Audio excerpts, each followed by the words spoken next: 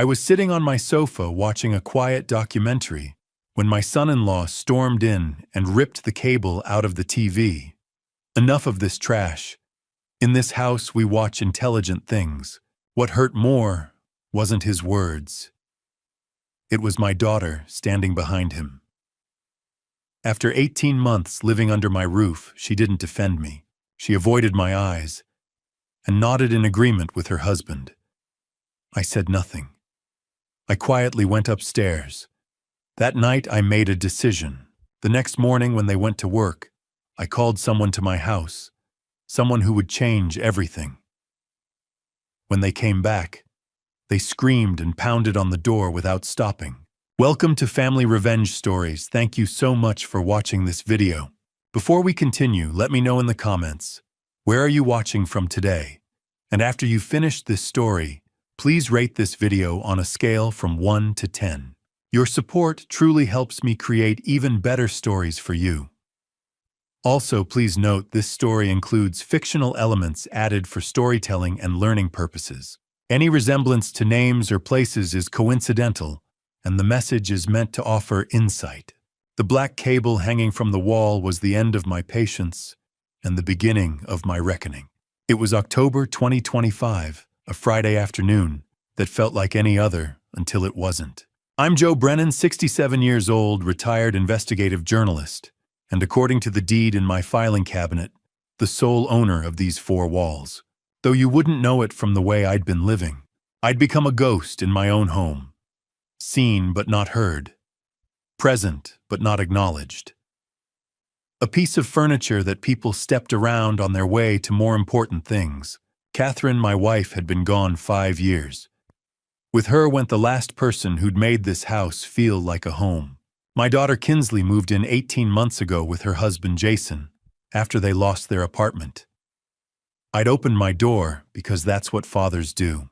We protect our children even when they're 38 and married to men we don't particularly like. That Friday afternoon, I was settled in my leather recliner, the one Catherine and I bought back in '98, watching a documentary about World War II campaigns in the Pacific. The autumn light slanted through the windows at that perfect golden angle. I was learning about the Battle of Guadalcanal when I heard the footsteps, Jason's footsteps. Heavy, aggressive, announcing his presence before he appeared. He filled the doorway at 4:30 like a storm cloud. Jason Caldwell, 40 years old, allegedly a real estate agent, though I'd never seen evidence of a single sale. He wore one of those expensive shirts that cost more than my weekly grocery budget. Enough of this garbage, he announced, not asked. This house needs to raise its standards. I looked up from the screen. Excuse me, got this trash you watch all day. He gestured dismissively at the television. It's bringing down the intellectual energy of the entire house. We need to be better than this, Joe. Notice he called me Joe. Not Dad, not Mr. Brennan, just Joe, like we were buddies, like he had any right to march into my living room and make demands. It's a documentary about World War II, I said quietly. 42 years of journalism had taught me to keep my voice level when I wanted to shout. Educational programming. It's old men talking about old wars. He crossed the room in 3 strides. We're cultivating a more elevated atmosphere here, more refined. I should have seen it coming. Should have recognized the look in his eyes, that blend of contempt and entitlement I'd seen in dozens of criminals I'd exposed during my career. But this was my home, my sanctuary. Jason reached behind the television and yanked the cable out with one sharp pull. The plastic connector cracked.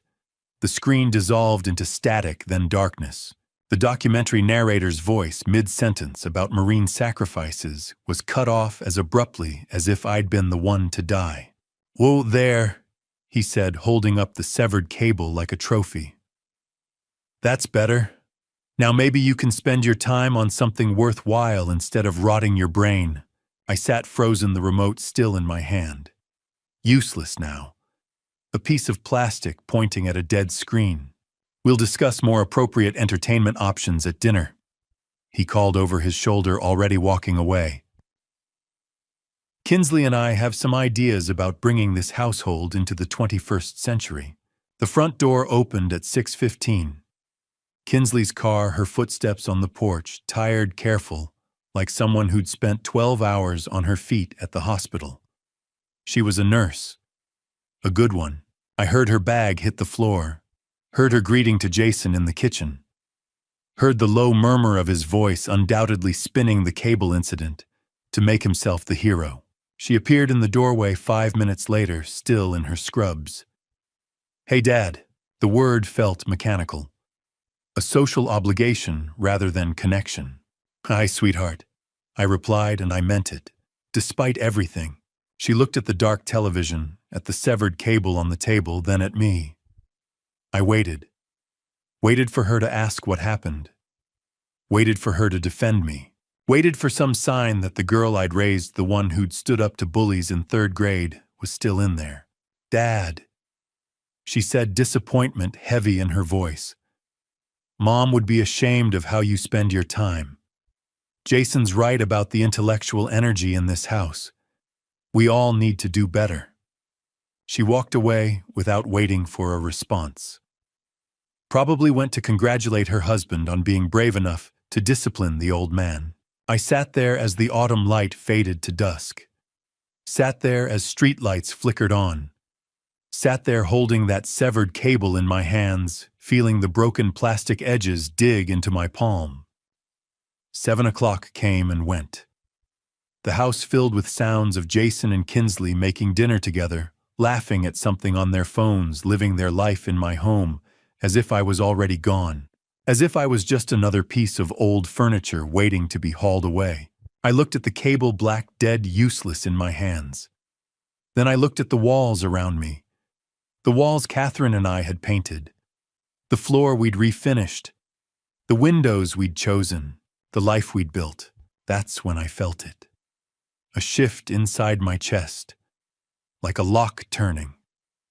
Like something that had been sleeping for 18 months finally waking up. I'd spent 4 decades as an investigative journalist. I'd exposed corrupt politicians, fraudulent corporations, con artists who thought they were smarter than everyone else. I'd built a career on patience documentation and evidence, on knowing when to watch, when to wait, and when to act. For 18 months I'd been watching and waiting. Watching Jason take over my home. Watching Kinsley drift away. Watching myself disappear one small humiliation at a time. The watching was over. I stood slowly, my knees protesting but holding.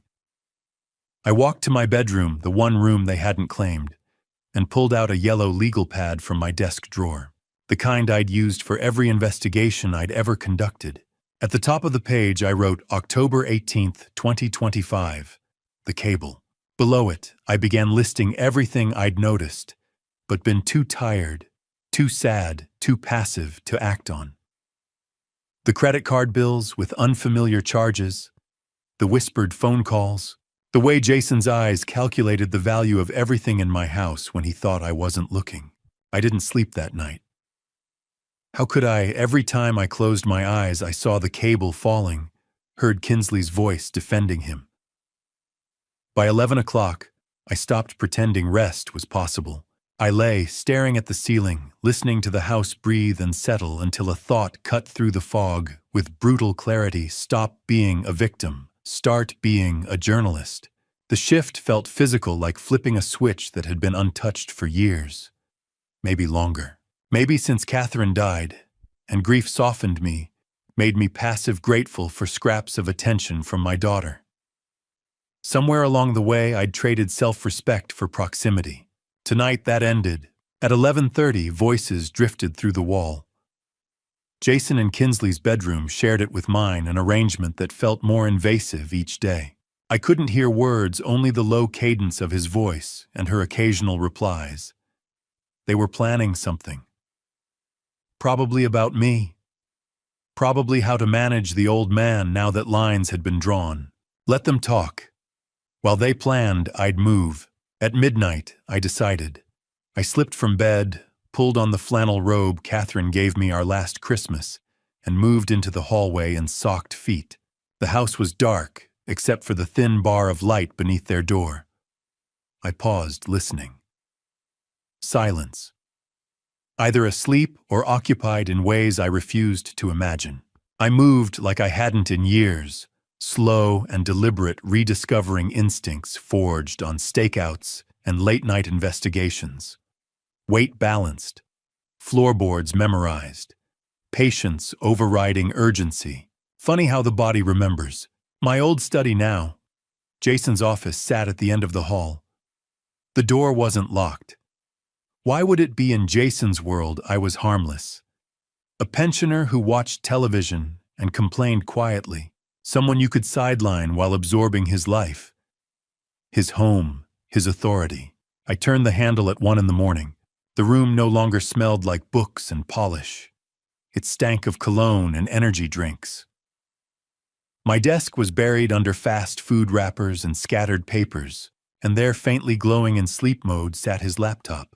I sat in my chair and touched the trackpad. The screen lit instantly. No password, no hesitation. I almost laughed. For 42 years, I'd been an investigative journalist. I'd exposed corruption, fraud, and men who mistook power for immunity.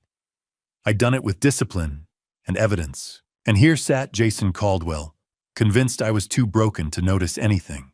How had I missed it? Grief. Loneliness. Fear of losing my daughter. I'd swallowed indignities to keep family close. I'd paid with my dignity. That debt came due tonight.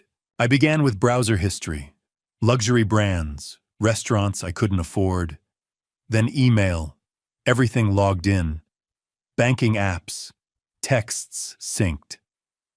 The arrogance was staggering. I took out my phone and photographed everything methodically. My hands were steady. This wasn't anger. It was clarity. Muscle memory. At 2 a.m, I found the credit card statements. My credit card, the one I hadn't used in months. The one meant for emergencies buried in my wallet. According to these statements, I'd been living extravagantly. $900 dinners, $3,000 shopping sprees, spa charges labeled luxury wellness, electronics I'd never seen, a weekend resort bill I couldn't pronounce. The charges spanned 6 months. Statement after statement. Each signature close to mine but wrong. Close enough for a glance. Not close enough to fool a man who'd signed his name for 67 years. $47,000. In half a year, my son-in-law had stolen $47,000, and he documented it all. I photographed every page, every forged signature, every absurd charge. 43 images in total. 43 quiet clicks sealing his fate. At 2:20, my blood iced. A door opened, footsteps, Jason heading to the bathroom. I closed everything, returned the desktop exactly as I found it, eased the laptop into sleep mode. The footsteps approached. I pressed myself against the wall, heart hammering. The bathroom door shut. Water ran. I slipped into the hall and back to my room, moving fast but silent. Behind me, the bathroom door opened again. Jason padded past. I closed my door and sat on the bed. At 2:30, phone clenched, adrenaline finally catching up. I waited until I was certain he'd gone back to sleep. My hands shook now, but the evidence was safe. The fraud wasn't the worst thing on that laptop. I'd glimpsed emails with subject lines that turned my stomach. Those would wait. I'd risked enough. I scrolled through the photos once more. Clear, legible, damning. For decades, I'd chased truth. Tonight, the truth had come to me. I should have slept. The credit card evidence was enough. But at 2:30 in the morning, sitting on my bed with my phone, my thumb kept scrolling through the photographs. That's when I saw it. An email thread I'd captured almost by accident. Subject line, Re Joseph Brennan, long-term care options. My stomach dropped. I enlarged the image. The exchange was between Jason and someone named Susan Whitfield, senior living consultant at Sunrise Meadows Memory Care Facility. Memory care. They thought I needed memory care. The first email was dated August 15th, 3 months ago. Jason's message was brief. Hi Susan, thanks for taking my call yesterday. I'm looking into options for placing an elderly relative. He's becoming increasingly difficult to manage at home. What's the process for admission? Elderly relative. Difficult to manage. As if I was a problem to be solved rather than the man who owned the house he was living in. Susan's response came 3 days later, professional and sympathetic. We understand how challenging it can be when a family member shows signs of cognitive decline. Our facilities require documented evidence of such decline, as well as family consensus regarding professional care. We need medical assessments, proof of inability to maintain independent living, and either the patient's consent or legal power of attorney. I was 67 and sharper than I'd been at 40, but Jason was building a case that I was losing my mind. The September 10th email made my hands shake. Jason wrote, "The old man is stubborn but showing signs. Confusion about dates, repeating himself, occasional disorientation. My wife agrees he needs professional care. We're both concerned about his safety. What documentation would you need from us? Lies." Every word was lies. I'd never been confused or disoriented. This was pure fabrication to justify warehousing me while he sold my house, and he claimed Kinsley agreed. My daughter, who'd promised at her mother's funeral to always take care of me, had apparently signed off on having me declared incompetent, unless he was lying about that too. Susan's response outlined the roadmap physician's assessment, documenting cognitive decline, power of attorney established, while the patient was still competent enough to sign. Then admission paperwork. Jason had been laying groundwork. Probably shopping for a doctor willing to diagnose decline in a healthy man, drafting power of attorney documents for me to sign without reading carefully. The final email, dated September 28th, was the most damning. Jason wrote, "Attached is the brochure and preliminary application with his information. Once Joseph is placed in your care and power of attorney transfers, the house can be sold within 90 days. Property value around $800,000. After facility costs are deducted, that should leave a substantial amount for managing his ongoing care. $800,000. My house, the one Catherine and I bought in '83 for $62,000. The house we'd painted together, where we'd raised Kinsley, where we'd built our life. To Jason, it was just an asset to liquidate, and I was just an obstacle to remove." I zoomed in on the attached PDF, an application form for Sunrise Meadows with my full name typed at the top, Joseph Robert Brennan. Date of birth, Social Security number, all filled in without my knowledge or consent. I looked at Catherine's photo on my nightstand, our 30th anniversary, a year before cancer. She was laughing, eyes bright. "Kate," I whispered, "I wish you were here. You always knew when I was being too soft, too trusting, but she was gone, and I was alone with this mess. I'd let grief and loneliness override my judgment. Let Jason into my home because I couldn't bear separation from Kinsley. I connected my phone to my laptop at 2:45, created a folder, Evidence J. Caldwell, started copying files, phone to hard drive to USB drive, redundancy, multiple backups, every journalist's first lesson. By 3 o'clock, I had 3 complete copies, 47,000 in fraud. A conspiracy to declare me incompetent and institutionalized. A plan to sell my home while I lived out my years in a facility I'd never agreed to. I held the USB drive, smaller than my thumb but containing enough evidence to destroy Jason's life. Elder abuse, financial exploitation, fraud, conspiracy. The cable wasn't just about television. It was about cutting me off from everything. My autonomy, my home, my dignity. Jason had been erasing me piece by piece, preparing to make me disappear entirely. But he'd made one crucial mistake. He'd looked at a 67-year-old widower and seen weakness. Someone to exploit and discard. He'd missed the part where that man had spent 42 years hunting down people exactly like him. People who thought they were smarter than everyone else, and people who thought they could get away with anything. I'd exposed corrupt politicians, fraudulent corporations, con artists.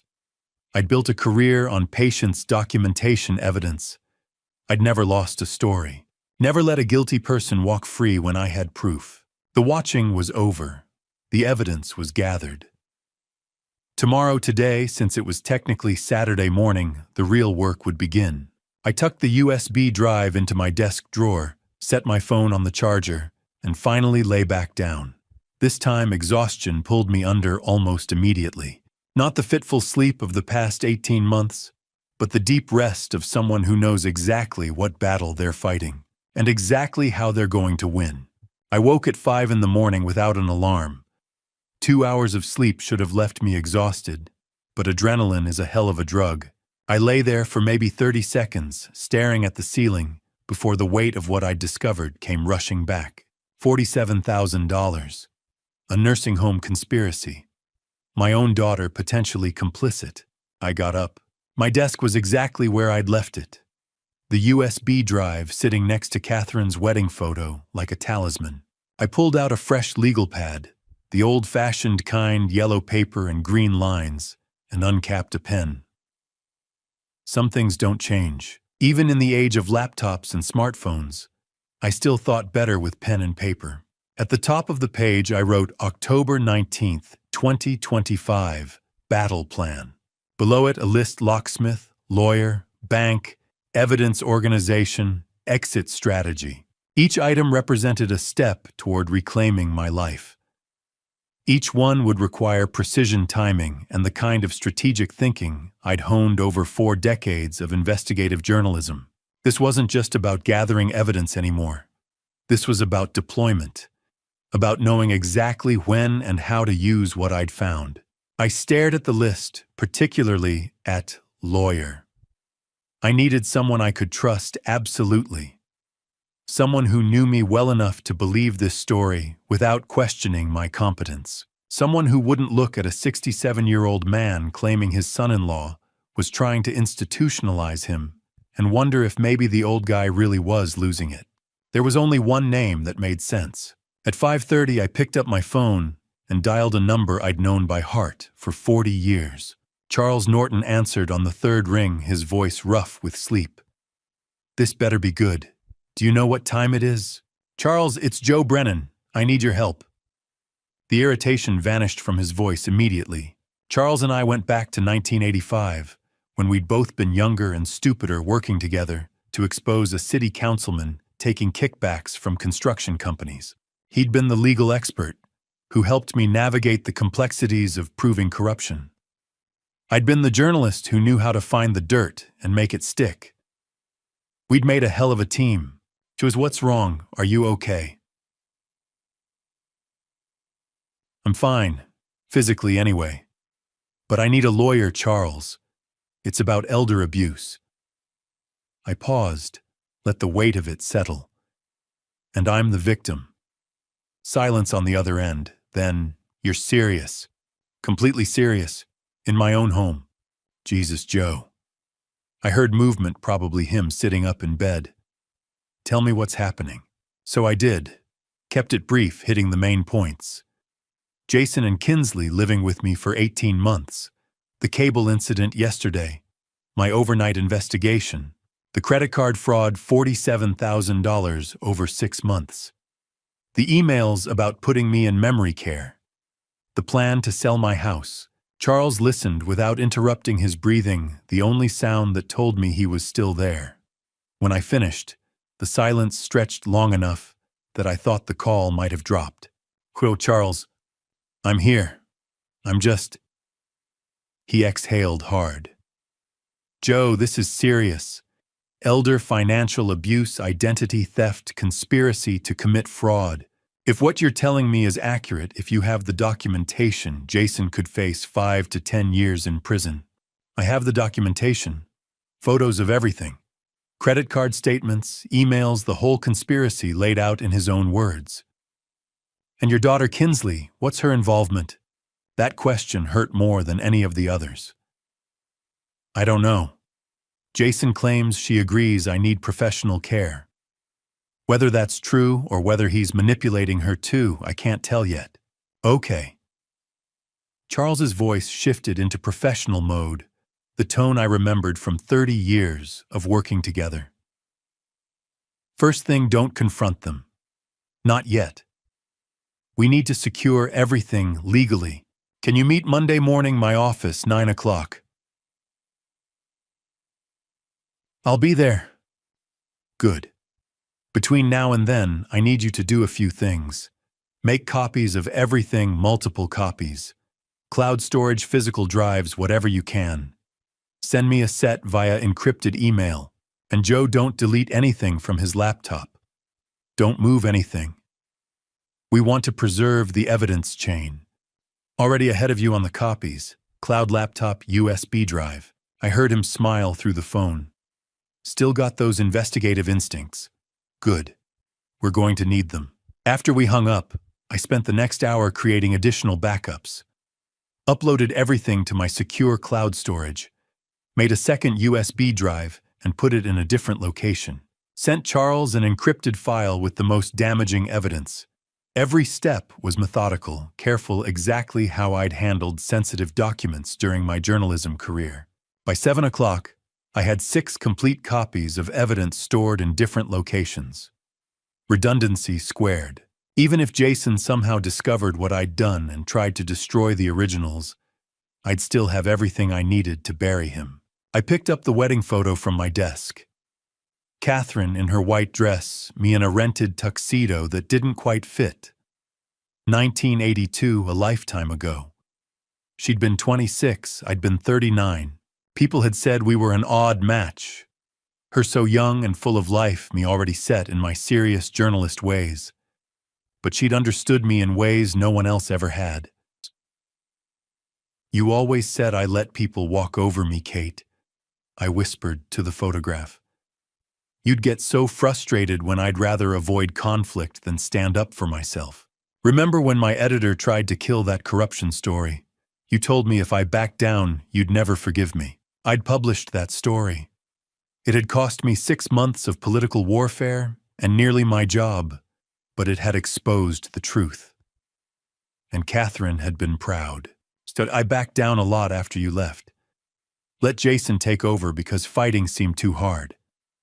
Let Kinsley drift away because I was afraid of losing her completely. You'd be disappointed in me. I set the photo down gently. But not anymore. Watch me fight, sweetheart. This one's for both of us. At 8 o'clock, I heard movement upstairs. Water running, footsteps. The sounds of Jason and Kinsley starting their Saturday morning, as if yesterday's cable incident had been nothing. As if they hadn't spent months plotting to rob me blind and lock me away. I sat at my desk, legal pad in front of me, evidence secured in multiple locations, lawyer-consulted strategy forming. Jason thought he was dealing with a confused old man, a non-threat, someone who could be pushed around and eventually erased. By Monday morning, he was going to learn exactly how wrong he'd been. I'd spent 42 years taking down people who thought they were untouchable.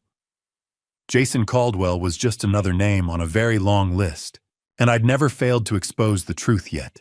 The sound of Jason's truck backing out of the driveway at 7:45 that Monday morning was different somehow. Sharper, more final. 5 minutes later, Kinsley's sedan followed her tires crunching over the fallen October leaves that carpeted our street. I watched from the upstairs window until both vehicles turned the corner and disappeared. Then I reached for my phone. Valdez locksmith Tony speaking. Tony, this is Joe Brennan over on Maple Drive. I need all my locks changed. Every entry point. Today. There was a brief pause on the line. Tony Valdez had been in business in our neighborhood for 30 years. He'd rekeyed my house back in 2003 when we'd lost a set of keys at the grocery store. Catherine had been with me that day, laughing about how we'd torn the car apart looking for them. How soon can you be here, Joe?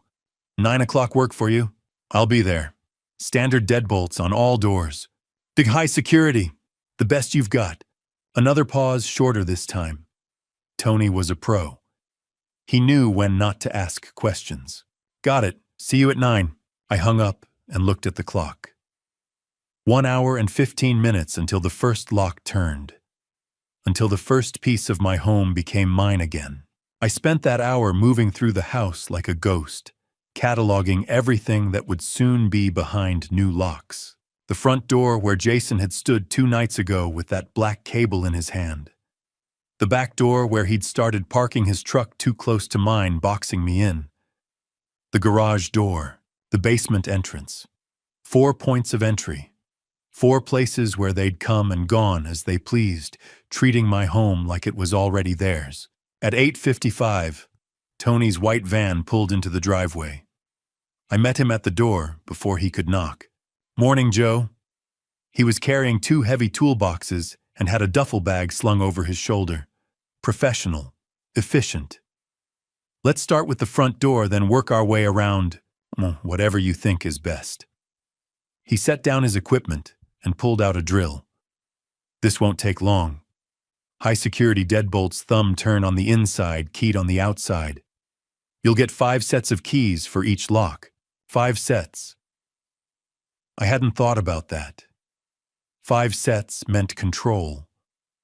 5 sets meant I could decide who got in and who stayed out. The drill bit into the old lock at 9:15. The sound cut through 18 months of silence, of tiptoeing around my own home, of pretending not to hear them in the next room, planning my future. Metal shavings fell to the doorstep like snow. Tony worked with the ease of someone who'd done this 10,000 times, his hands steady and sure. There we go. The old deadbolt came free with a metallic scrape. This one's seen better days. I held it in my palm. It was warm from the friction of removal, the brass worn smooth in places. How many times had Jason's key turned this lock? How many times had they walked through my door without knocking, without asking, treating my threshold like it was theirs? "Toss it, please." He dropped it into a bucket with a satisfying clang and reached for the new lock. This one was chrome, heavy, solid. When he installed it and handed me the first key, it felt like holding a piece of my dignity. "Try it." I slid the key into the lock. It turned smooth as butter. Click. The bolt shot home. Click. It retracted. 4 times I tested it, feeling the precision of new mechanisms, the promise of security. Back door next. We moved through the house in silence. The drill sang its metallic song at the back entrance at 9:45. Same process. Old lock out, new lock in. Tony worked with the kind of efficiency that comes from decades of experience, never wasting emotion. Garage at 10:15. Lead the way. By the time we reached the basement door at 10:45, I'd started to feel something I hadn't felt in 18 months. Not quite freedom yet. More like the possibility of freedom. Each new lock was a barrier, yes, but more than that, it was a choice. My choice. About who could enter my space and who couldn't. That's the last one. Tony wiped his hands on a rag and started gathering his tools. 4 high-security deadbolts, 20 keys total, 5 sets for each door. Keep them separated, maybe give a set to someone you trust. I thought immediately of Charles Norton.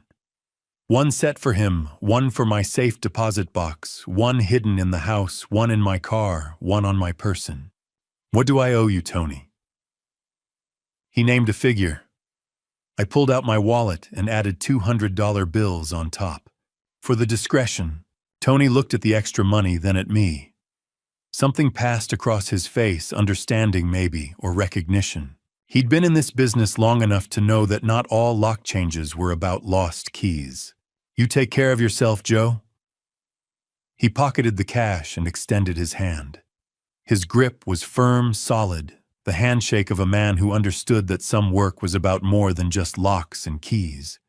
I walked him to the door, my door with my new lock, and watched his van pull away. Then I turned back to the empty house and tested each lock 1 more time. Front door, click. Back door, click. Garage, click. Basement. Click. 4 locks, 20 keys. And for the first time in 18 months, I smiled. By 11:30, Tony's van had disappeared down Maple Drive, and I had 4 new keys in my pocket, one for each lock he'd installed. But keeping Jason and Kinsley out physically was only half the battle. Keeping them out legally required something else, something every investigative journalist knows how to build a war room. I stood in my bedroom doorway and looked at the space with fresh eyes. For 18 months, this room had been my sanctuary. Now it was going to become something Catherine would have recognized from the old days when I'd bring home a story that needed unraveling. The desk came first. I cleared everything off lamp library books, the framed photo of Catherine and me at Niagara Falls. Everything went to the dresser. The desk surface needed to be empty, ready for organization.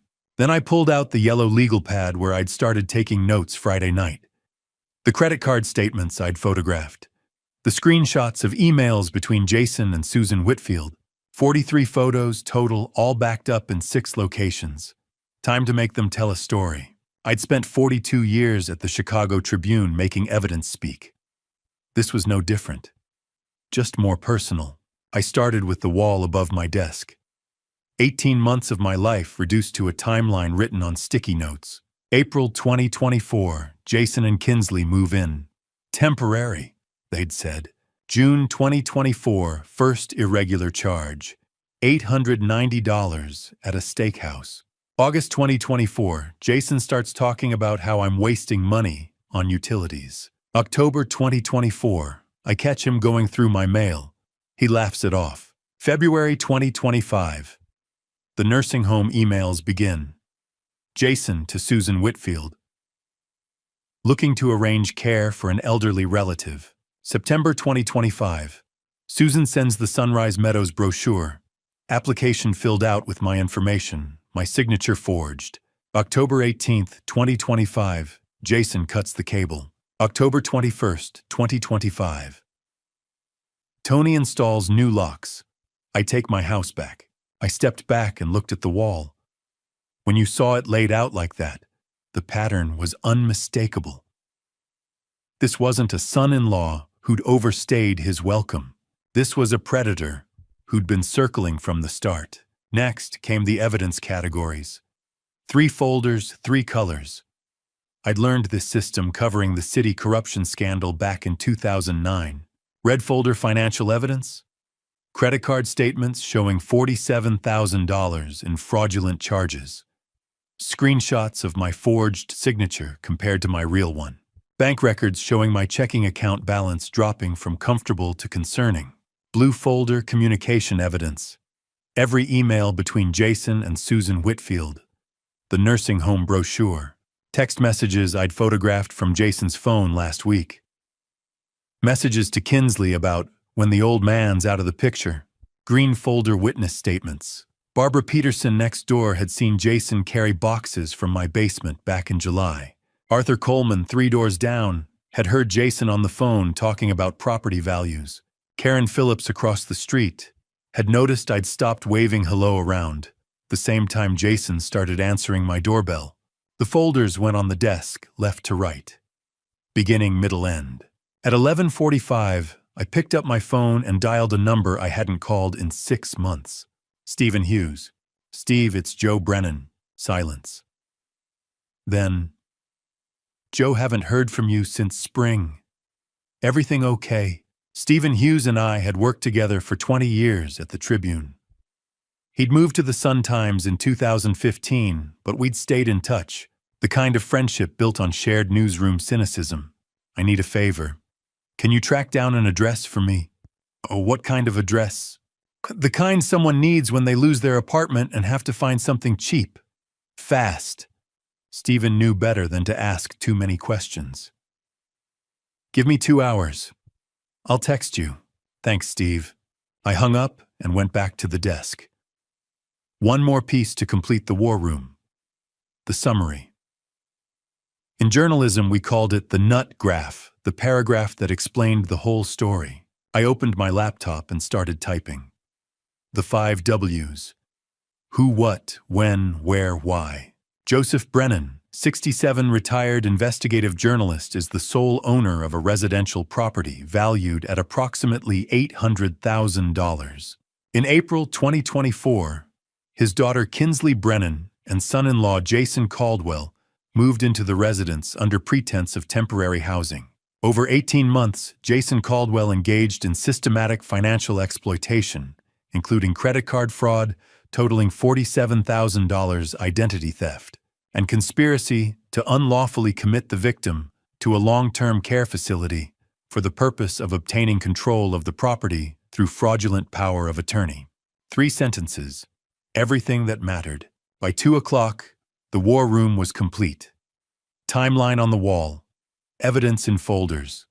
Summary report printed. I stood in the middle of my bedroom and felt something I hadn't felt since Friday afternoon.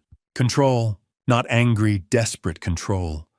This was colder, more methodical. The control of a man who'd spent his career taking down people who thought they were untouchable. My phone buzzed. Text from Stephen found 3 possibilities. Oak Towers on 4th Street is closest and cheapest. Studio apartments. Month-to-month leases. I saved the address and looked at the war room one more time. Evidence collected.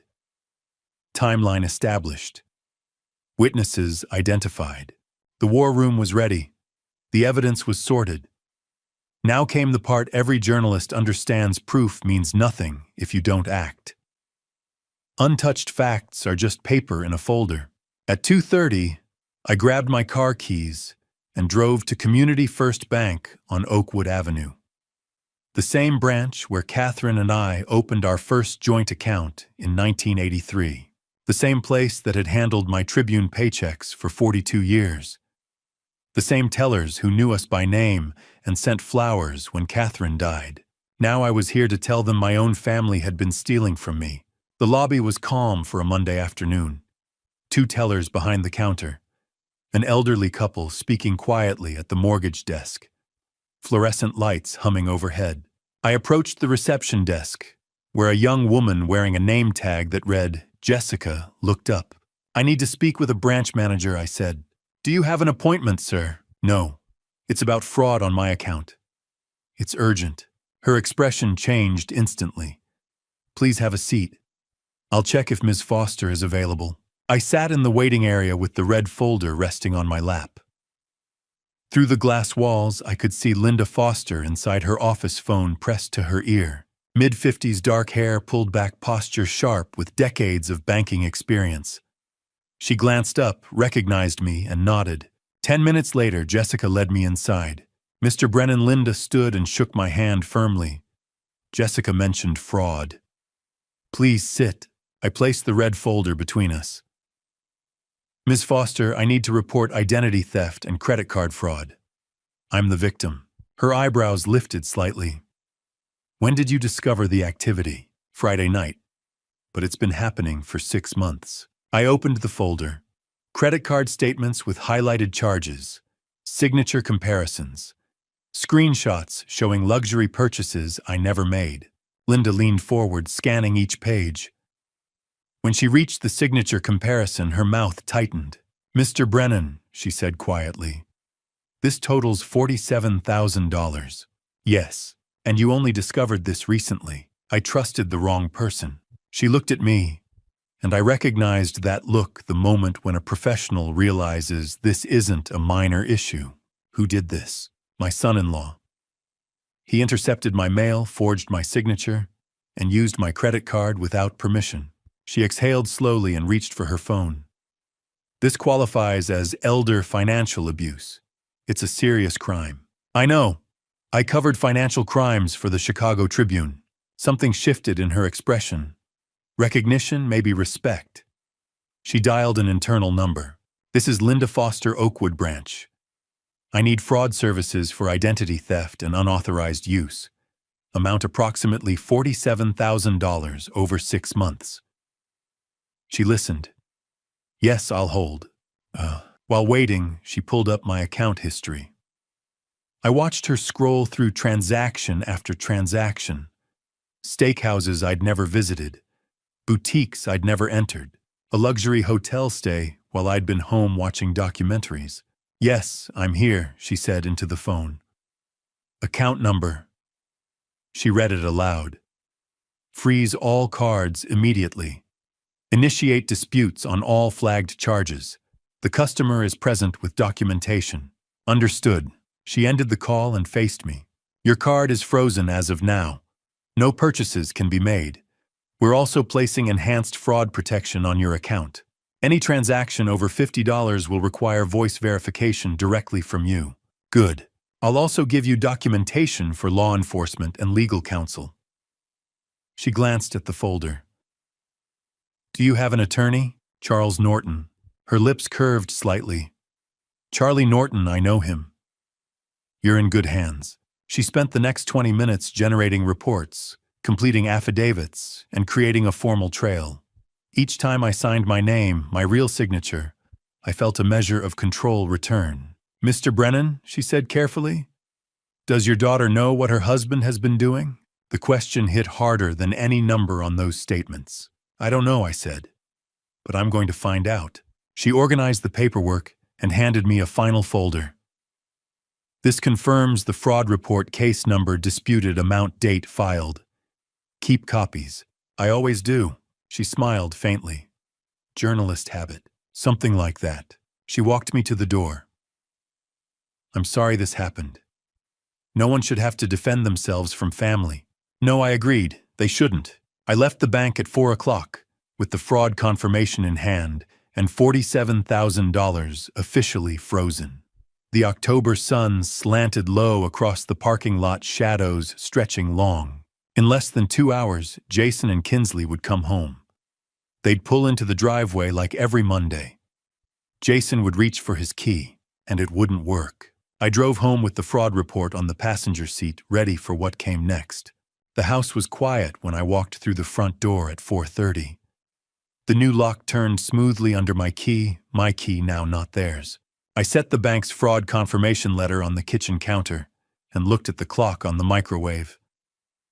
Jason and Kinsley usually got home between 6 and 6:30. That gave me 2 hours. I climbed the stairs to the bedroom they'd been using. My old home office, the one Catherine had helped me paint a soft gray back in 2012. The door was open. I stood in the doorway for a moment, looking at how they'd rearranged it. Their bed where my desk used to be. Jason's suits hanging in the closet where I'd kept my file cabinets. Kinsley's nursing scrubs draped over the chair. 18 months ago, I'd helped them carry boxes up these stairs. "Just temporary," Kinsley had said, hugging me. "We'll be out of your hair before you know it, Dad." I walked to the closet and pulled out 4 large suitcases. Blue hard-shell Samsonites. I'd bought them for Kinsley last Christmas when she'd mentioned wanting to take a vacation. She'd never used them. The irony wasn't lost on me. I started with Jason's side of the closet. Suits came off hangers and went into the first suitcase. No folding, no care. Just removal. Gray suit, navy suit. The expensive charcoal one he'd worn to some real estate conference in August, probably paid for with my stolen credit card. Shoes went next. Dress shoes, sneakers, the Italian leather loafers that cost $600, according to the statement Linda Foster had shown me. Into the suitcase. All of it. His toiletries from the bathroom. Electric razor, cologne, hair gel. The laptop charger he always left plugged in by the bed. I unplugged it and coiled it loosely, dropping it on top of the suits. The first suitcase filled fast. I zipped it closed and moved to the second one. Kinsley's side of the closet was harder. I reached for a hanger and stopped. The cream-colored cardigan she'd worn last Christmas morning. We'd made pancakes together, me, Jason, Catherine's recipe. Kinsley had laughed at something, and for a moment it had felt like family again. Like maybe having them here wasn't so bad after all. I folded the cardigan carefully and placed it in the suitcase. Her nursing scrubs, her sneakers, the collection of scarves she kept organized by color, her hairbrush from the dresser. Each item felt heavier than it should have. I opened her nightstand drawer to pack whatever was inside and found a photograph.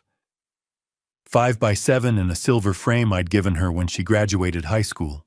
Kinsley at 5 years old, gap-toothed smile, clutching the teddy bear I'd won for her at the county fair. She'd named it Mr. Buttons, slept with it every night until she was 12. I sat down on the edge of the bed, holding the photo. I'd helped her pack for college in 2007, driven her to Northwestern with a trunk full of dreams and new bed sheets, watched her walk into the dorm with that same gap-toothed confidence, ready to become a nurse and help people.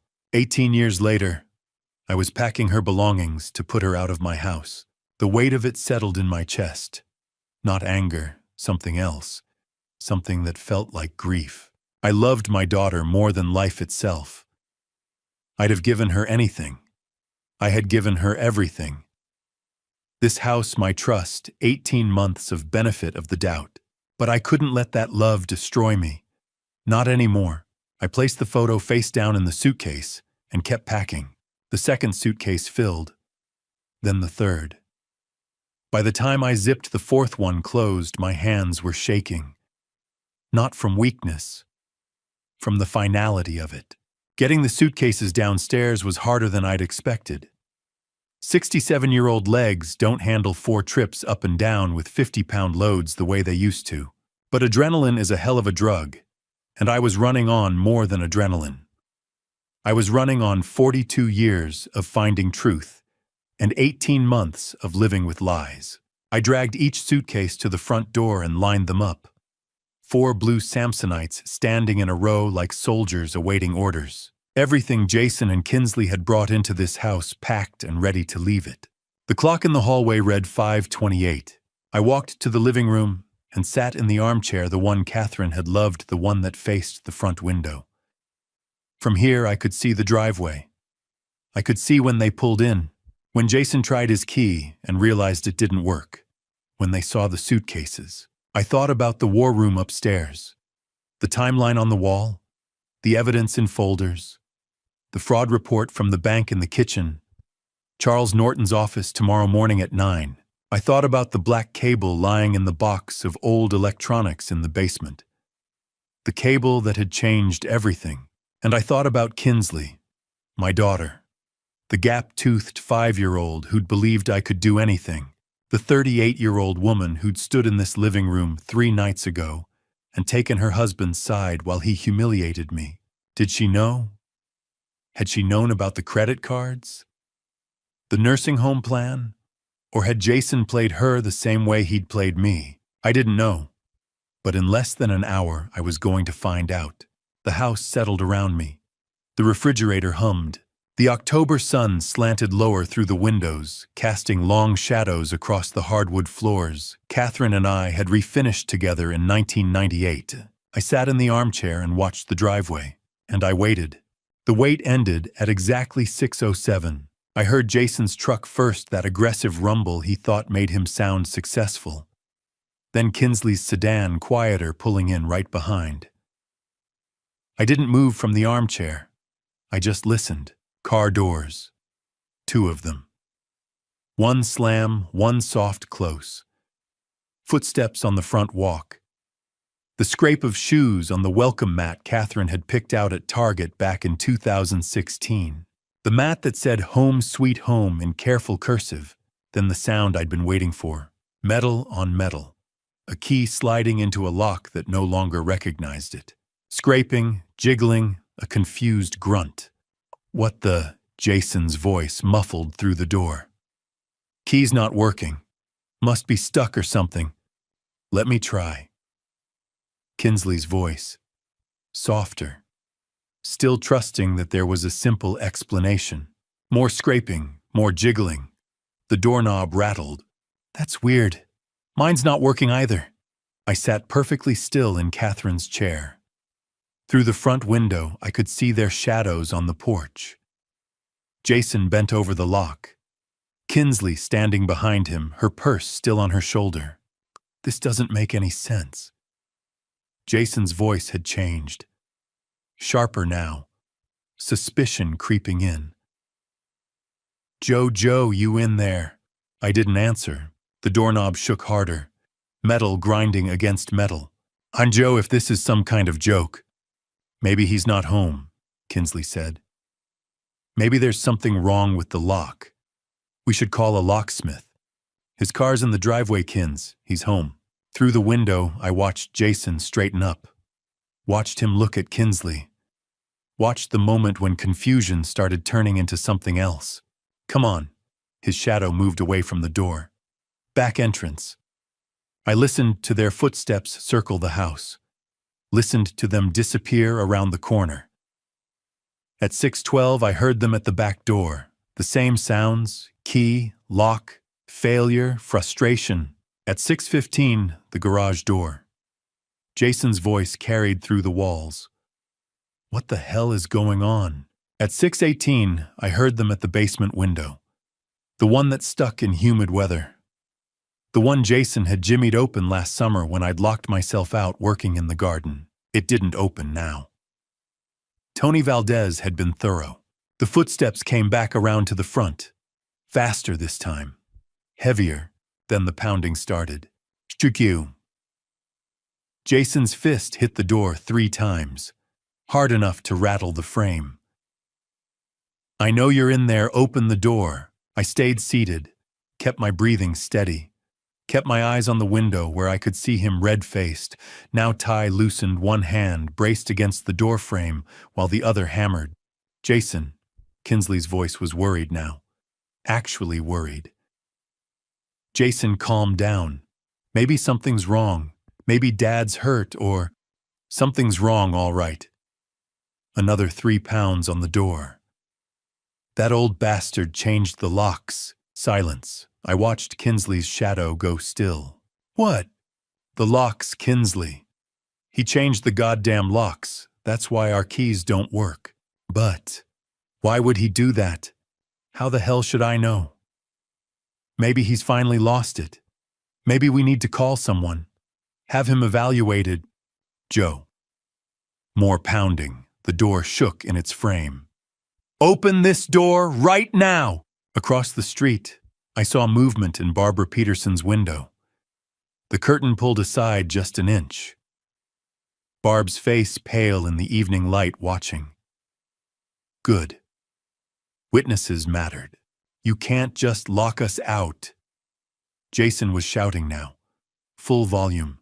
The kind of shouting that carried down suburban streets on quiet October evenings. "This is my house too, I live here." "Jason, please." Kinsley's voice was small, scared. Not of me, I realized. Of him. Of whatever was happening that she didn't understand yet. "Open the goddamn door." The pounding intensified. Both fists now. The kind of noise that would have the neighbors calling the police if I let it go on much longer. I looked at the clock on the mantel. 6:19. 12 minutes since they'd arrived. 12 minutes of escalation. Of Jason revealing exactly who he was when things didn't go his way. I stood up slowly. My knees protested too much time, sitting, too much adrenaline wearing off. I walked past the 4 blue suitcases lined up like soldiers. Past the kitchen, where the fraud report still sat on the counter. Into the front hallway, where the pounding was loud enough to hurt my ears. Through the peephole I could see Jason, face red, veins in his neck standing out. Fist raised for another round of hammering. Behind him, Kinsley, hands pressed to her mouth. Eyes wide.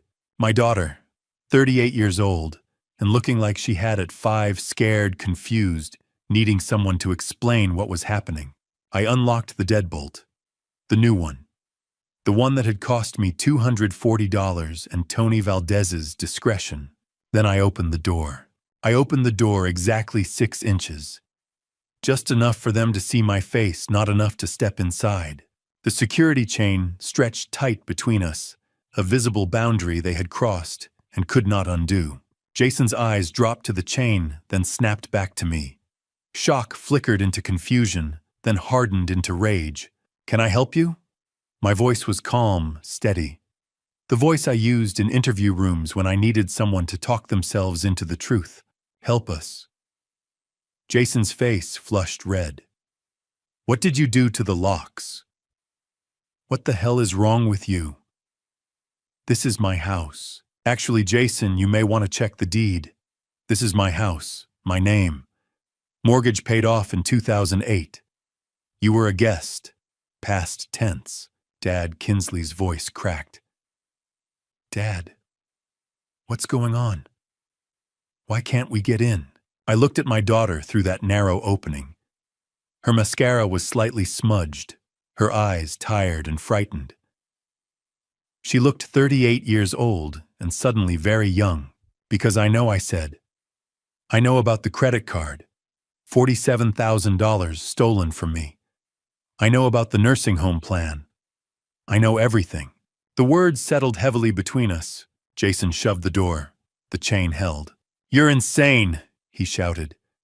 You're senile.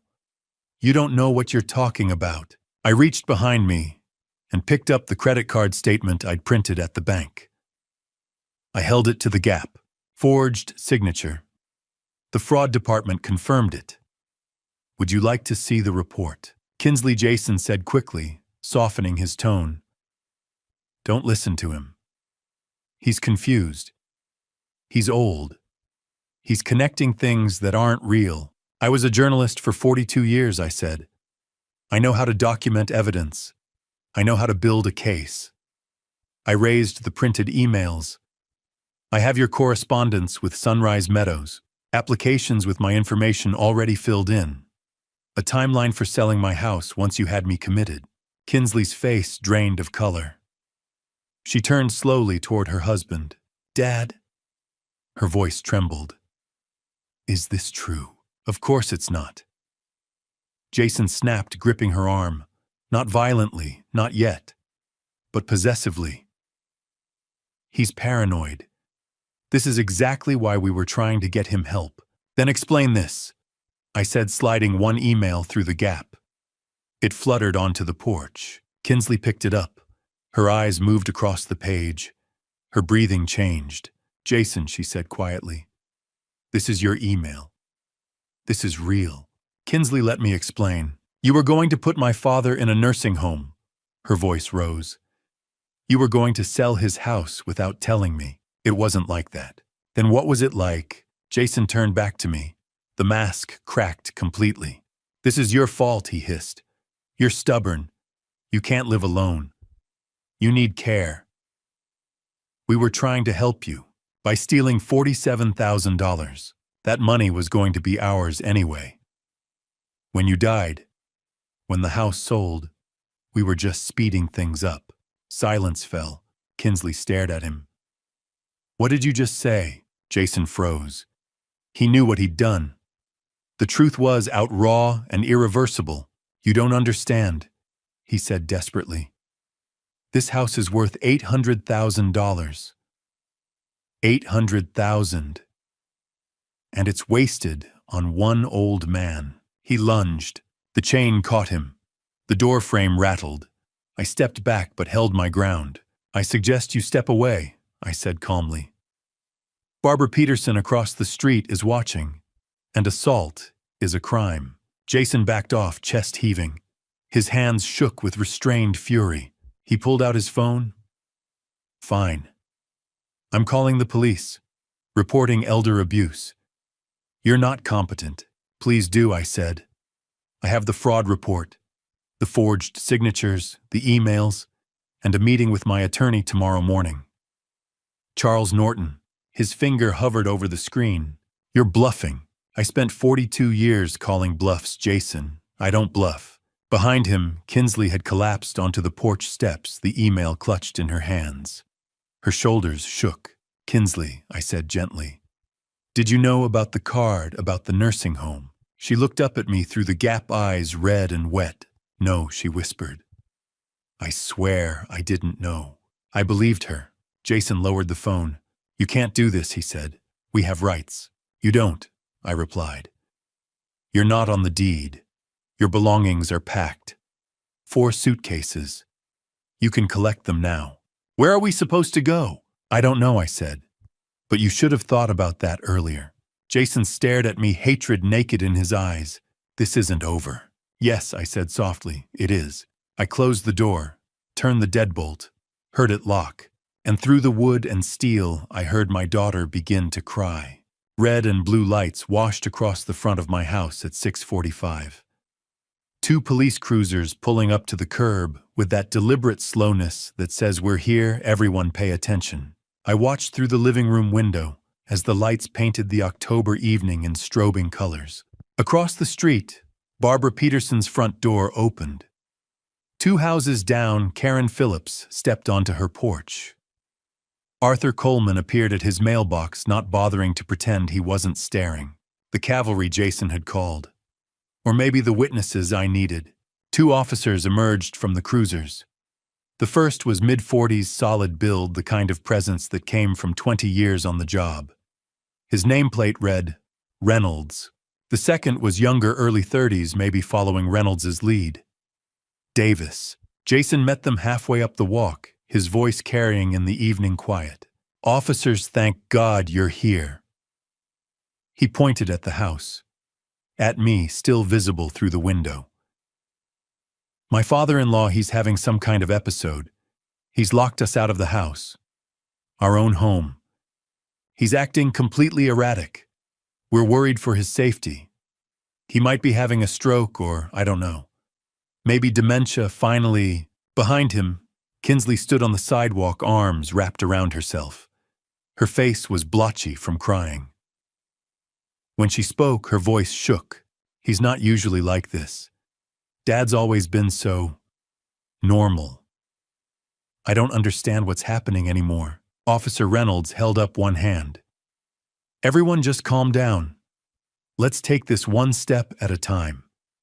He looked at Jason, then at Kinsley, then at the house. Sir, you're saying this is your father-in-law's residence.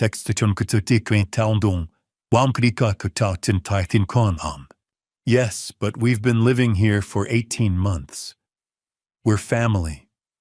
We have rights. And is he the homeowner, legal owner? Jason hesitated. Just a fraction of a second. Well, yes, technically, but then let's start there. Reynolds walked up to the front door, knocked, professional, firm. Sir, police, can you come to the door, please? I was already there, standing behind the door I'd closed 15 minutes ago. I opened it, the same 6 inches chain still engaged. Officer Reynolds, yes, sir. Are you the homeowner? I am. Joseph Brennan, sole owner. Paid off the mortgage in 2008. Reynolds nodded slowly. His eyes took in the chain, the 6-inch gap, my calm demeanor. Mr. Brennan, your son-in-law called us. He says you've locked them out. He's concerned about your mental state. Officer, I'm a retired investigative journalist. I worked for the Chicago Tribune for 42 years. My mental state is fine. What's not fine is the $47,000 they stole from me. I paused. Could I show you something inside just you? Reynolds glanced back at Jason and Kinsley, then at his partner. Mr. Caldwell, Mrs. Brennan, please wait here with Officer Davis. I'm going inside to speak with Mr. Brennan. But you can't just... Jason started. Sir, this is his property. If he invites me in, I'm going in. Please wait here. I unhooked the chain and opened the door. Reynolds stepped through. I closed it behind him, leaving Jason's protests muffled on the other side. In the living room, I'd already set up everything on the coffee table. Like a journalist presenting a story. Like a man who'd spent 4 decades building cases. Officer, this is the property deed. My name only. This is my paid-off mortgage statement from 2008. I laid them out. These are credit card statements showing $47,000 in fraudulent charges over the past 6 months. These are signature comparisons, mine versus the forgeries. These are emails between my son-in-law and a nursing home consultant planning to have me committed so they could sell my house. Reynolds pulled out a small flashlight and examined each document. Took his time. 5 full minutes of careful review. Finally, he looked up. Mr. Brennan, what you're describing is elder financial abuse. identity theft, potentially conspiracy to commit fraud. You have every right to refuse them entry to your home. In fact, given this evidence, I'd advise it. I just want my house back, officer, and I want them held accountable. I'll need to file a report. You should contact an attorney. He paused, noticing Charles Norton's business card on the table. I see you already have. That's good. That's very good. He made notes in a small pad, photographed several of the documents with his phone camera. When he was satisfied, he stood. Mr. Brennan, you're the victim here, not them. Don't let anyone tell you different. We walked back to the front door together. When Reynolds opened it and stepped out, Officer Davis was standing with Jason and Kinsley exactly where they'd been left, neighbors still watching from porches and doorways, the blue and red lights still painting everything in alternating colors. Reynolds walked down the porch steps and faced them. Mr. Caldwell, Mrs. Brennan, I've reviewed the situation. This property belongs to Joseph Brennan. He has provided documentation of financial crimes committed against him. You are not legal residents of this property. You need to leave. Now. Jason's face went red. This is absolutely insane. We live here. That old man is making things up. He's confused. Sir, I've seen the documents, bank statements, forged signatures, email correspondence about nursing home placement without his knowledge or consent. If you don't leave this property voluntarily in the next 5 minutes, I will arrest you for unlawful trespass and potentially for the crimes Mr. Brennan has documented. You can't be serious. I'm very serious, Mr. Caldwell. Officer Davis cleared his throat. Officers, there are 4 suitcases by the front door. Looks like Mr. Brennan has already packed their belongings. Reynolds glanced at me. I nodded. But then I suggest you collect them and leave. Now. The humiliation of it must have been excruciating. Jason Caldwell, who'd walked these streets for 18 months like he owned them now, forced to carry suitcases to his truck under the eyes of Barbara Peterson, Karen Phillips, Arthur Coleman, and half the block. He grabbed 2 suitcases. Didn't look at me, didn't look at the neighbors, just stormed to his truck with that aggressive stride that didn't quite hide the rage shaking his shoulders. Kinsley stood frozen on the sidewalk staring at the other 2 suitcases. Then she looked up at me, still standing in the doorway. Dad, 1 word. That's all she said. 1 word that contained 18 months of history and 38 years of being my daughter and the weight of realizing she'd chosen the wrong side. I didn't respond. Couldn't. The words were tangled somewhere between my heart and my throat, trapped by everything I wanted to say and everything I couldn't. She picked up the other 2 suitcases, walked to Jason's truck, loaded them in the back without looking at him either. They got in. Engine started. Jason backed out of the driveway, my driveway, for the last time. The truck rolled down Maple Drive, taillights getting smaller, turning the corner, disappearing. Officer Reynolds approached me where I still stood in the doorway. Mr. Brennan, you did the right thing. I know it doesn't feel like it right now, but you protected yourself. That matters. Yeah, thank you, officer. File that report with your attorney. Prosecute if you can.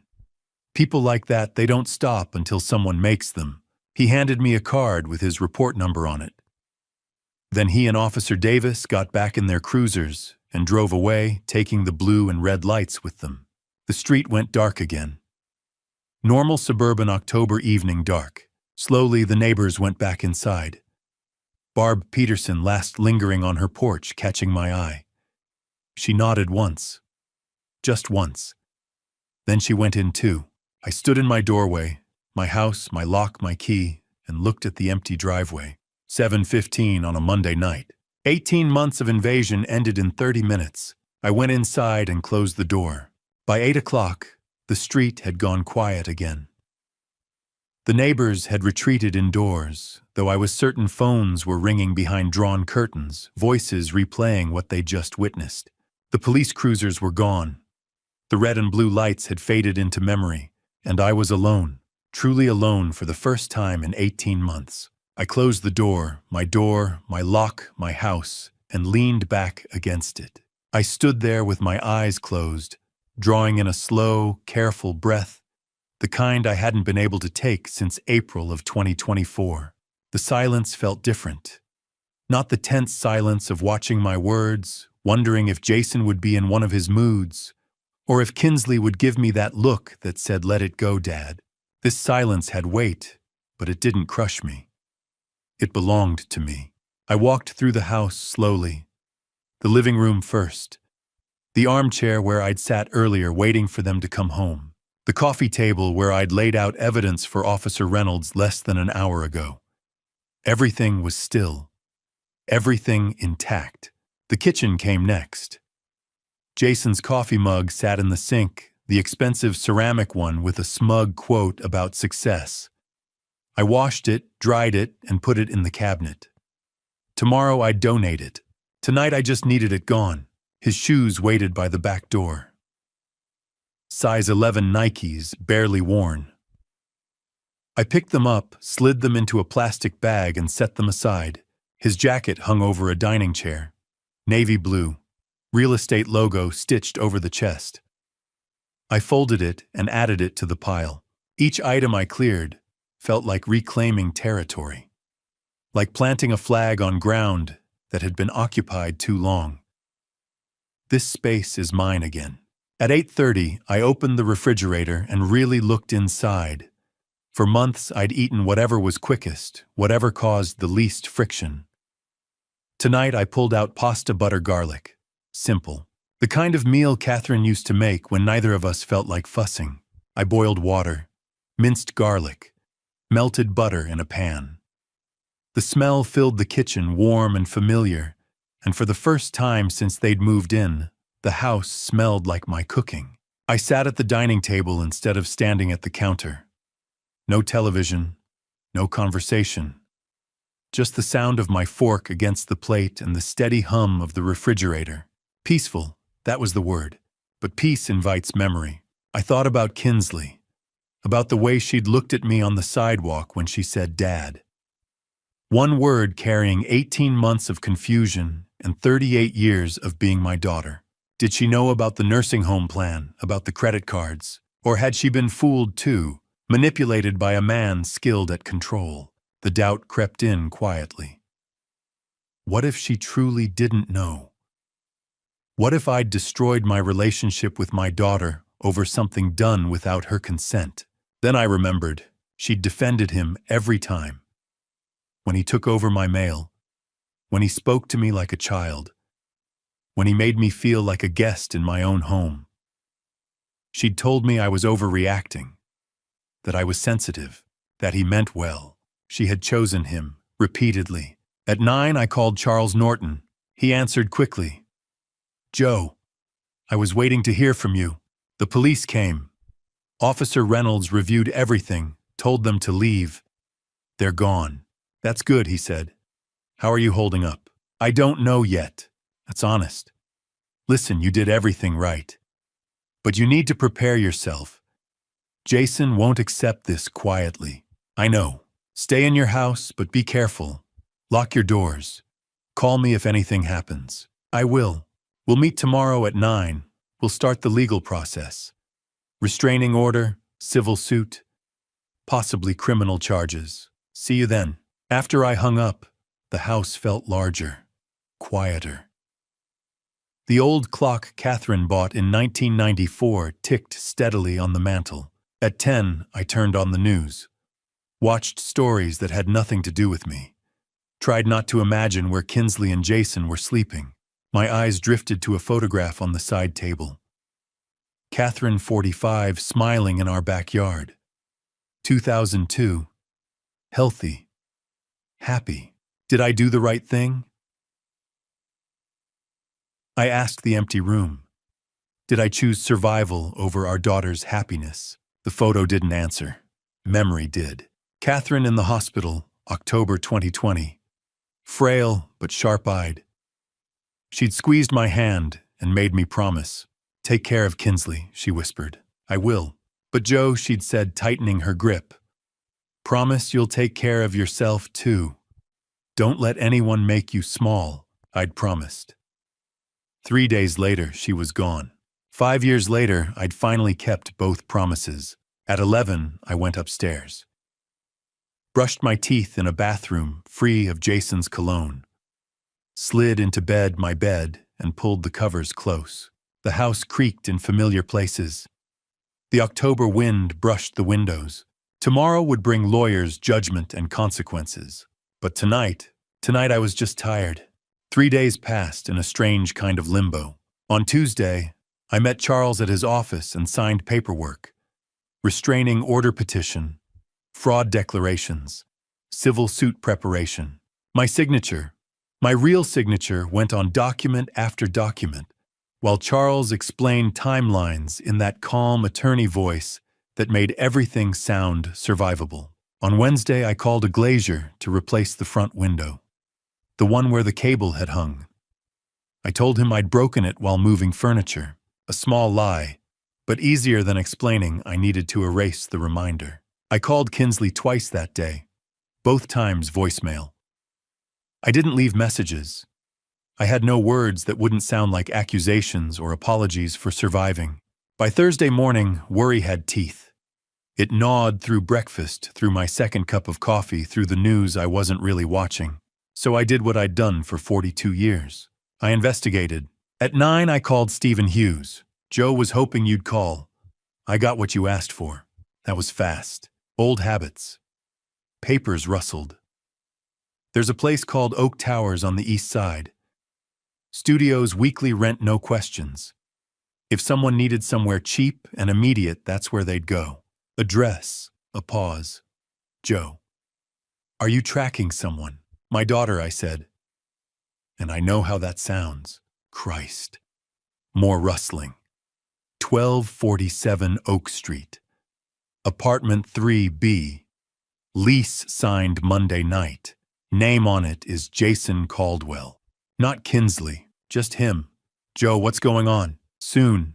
And Steve, thank you. Be careful. I hung up and stared at the address on my yellow pad. My daughter was living somewhere that rented by the week. By 2, I was parked across from Oak Towers.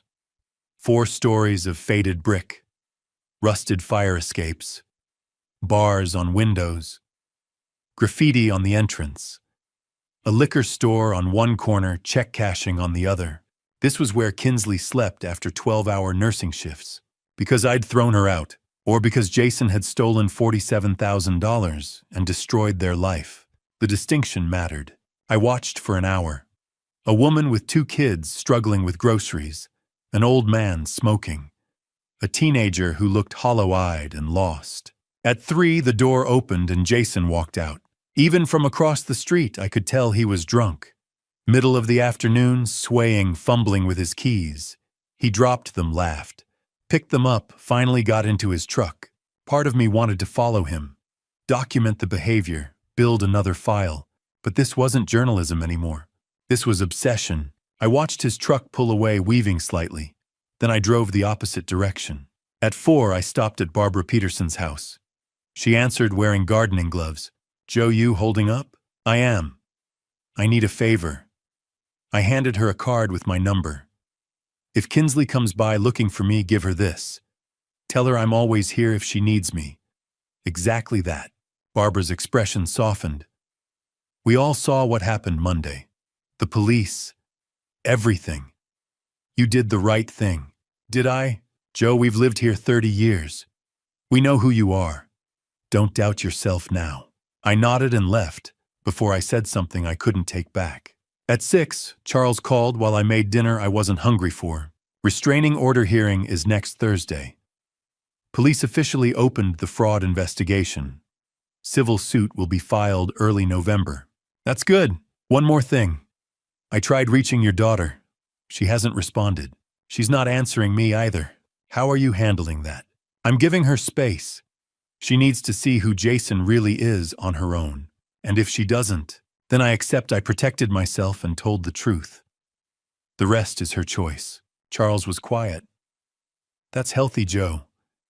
But it still hurts. Yes. By 10, I sat in the living room, with the TV muted decaf cooling untouched phone face up on the table like it might ring if I stared hard enough. It didn't. I thought about Kinsley in that apartment, about Jason drunk at 3 in the afternoon, about the kind of man who ruins everything and then numbs himself while his wife works herself raw. I thought about Catherine's promise. Take care of Kinsley, but also take care of yourself. Was I doing that, letting her live in Oak Towers while I worried in my paid-off house? Or was this the only thing left, letting her see the truth without me forcing it? The phone stayed silent. Outside, the October wind rattled the newly repaired window, and I waited, still waiting for my daughter to come home. Friday passed quietly, too quietly. I went to bed around midnight, exhausted from another day of waiting for phone calls that didn't come, but I couldn't shake the feeling that something was coming, that the stillness was temporary, that men like Jason Caldwell don't accept defeat, they marinate in it until it turns to rage. At 2:14 in the morning, I learned I was right. Quick note. What follows contains some fictionalized elements added for educational purposes, but the lessons I'm sharing remain meaningful. The sound of breaking glass tore through my sleep like an alarm I couldn't turn off.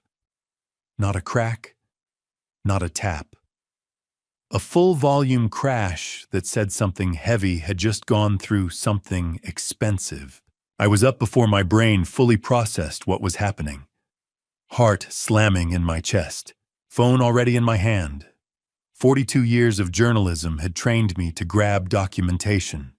First, ask questions. Second, another crash. Living room window. I ran to the upstairs window that overlooked the front yard and looked down.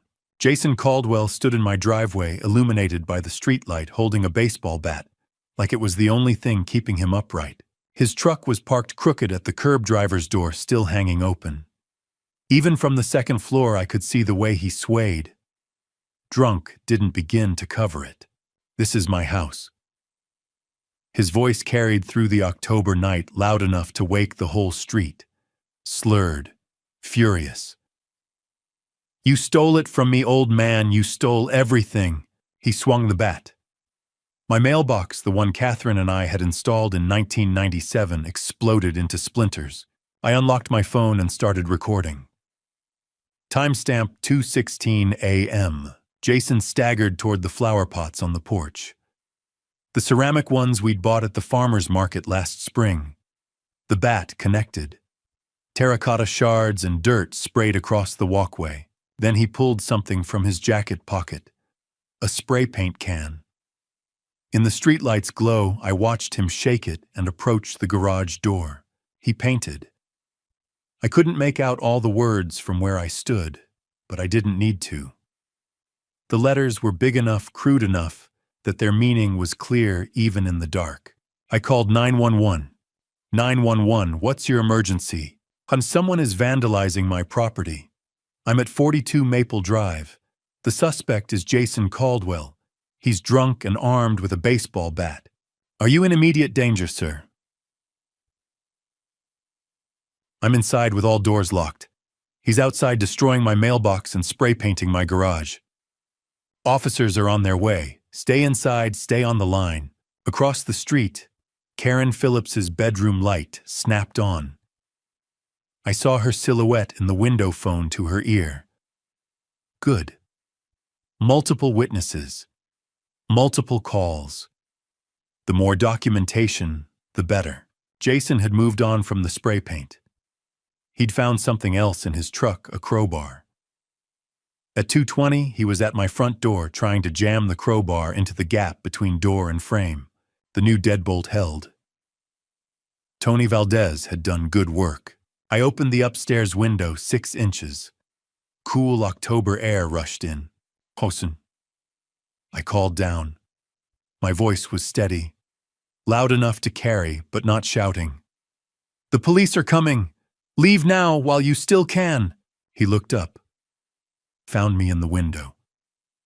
His face was red, sweating, despite the cold, twisted into something ugly. You ruined my life. He pointed the crowbar at me like a weapon. I'll ruin yours, you hear me, old man? I'll make you pay for this. Sirens. Faint, but getting closer. Jason heard them too. The fury on his face shifted to panic. He dropped the crowbar and stumbled toward his truck, but he was too drunk to run in a straight line. His foot caught on the curb. He went down hard, hands out to break the fall, and by the time he scrambled back up, red and blue lights were washing across the street. 2:26 a.m. 2 police cruisers coming in fast. Officer Reynolds and Officer Davis. Third time in a week they'd been called to my address. Jason was still trying to reach his truck when the cruiser lights hit him. He froze like an animal caught in headlights, then tried to keep moving. Made it 2 steps before Reynolds was out of the car, hand on his holster. Jason Caldwell, stop right there. Hands where I can see them. Jason spun around, stumbled, caught himself on the hood of his truck. He deserved it. You don't understand. He kicked us out. That old bastard took everything and... Get on the ground, now. You should be arresting him. He's the criminal, he. On the ground. Officer Davis was already moving around, the side handcuffs out. Jason saw him coming and tried to bolt. Made it 3 feet before his legs gave out, and he went down again this time, not getting back up fast enough. Davis was on him, hands behind his back, metal clicking around wrists. You'll regret this. Jason was still yelling, face pressed against my driveway, spit flying. You hear me, old man, you'll regret this. Reynolds approached the porch where I'd come outside, phone still in hand, video still recording. Mr. Brennan, I'm sorry you're dealing with this. He looked past me at the broken window, the destroyed mailbox, the spray-painted garage door. We need to photograph the damage for the report. I have video. I held up my phone. Started recording at 2:16, got everything.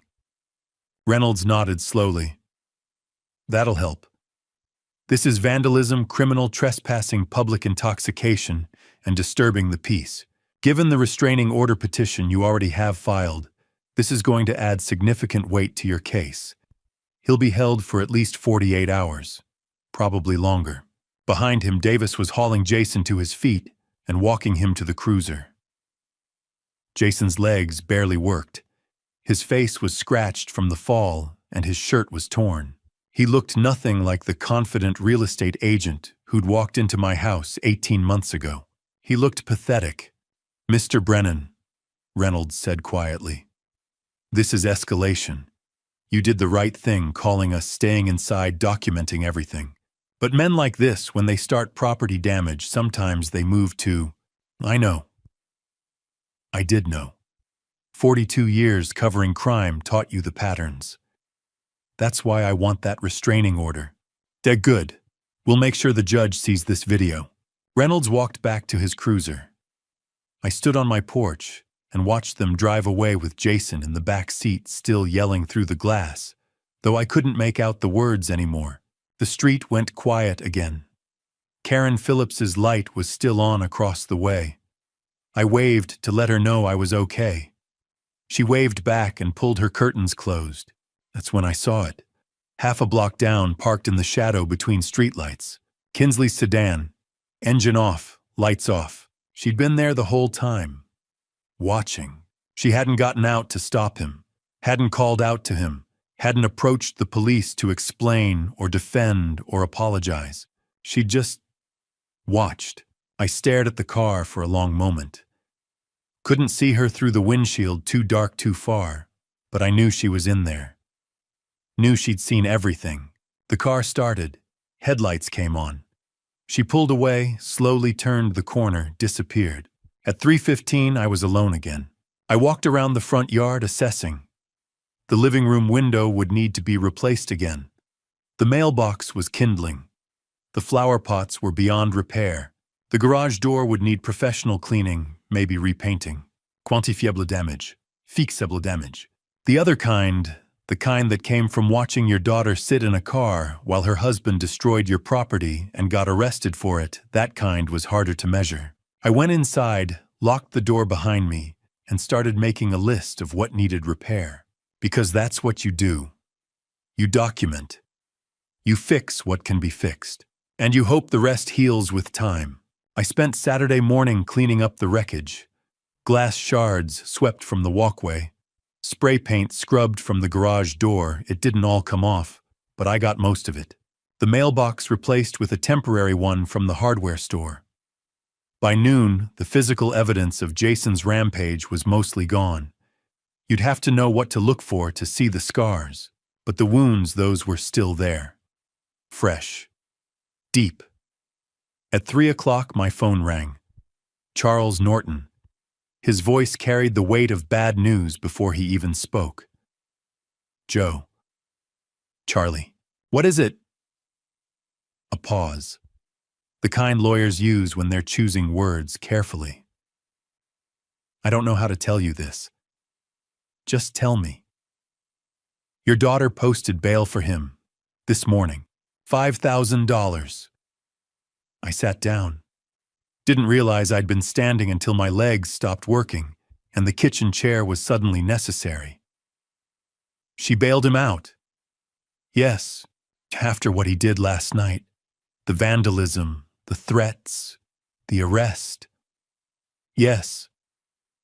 I stared at the coffee cup in front of me.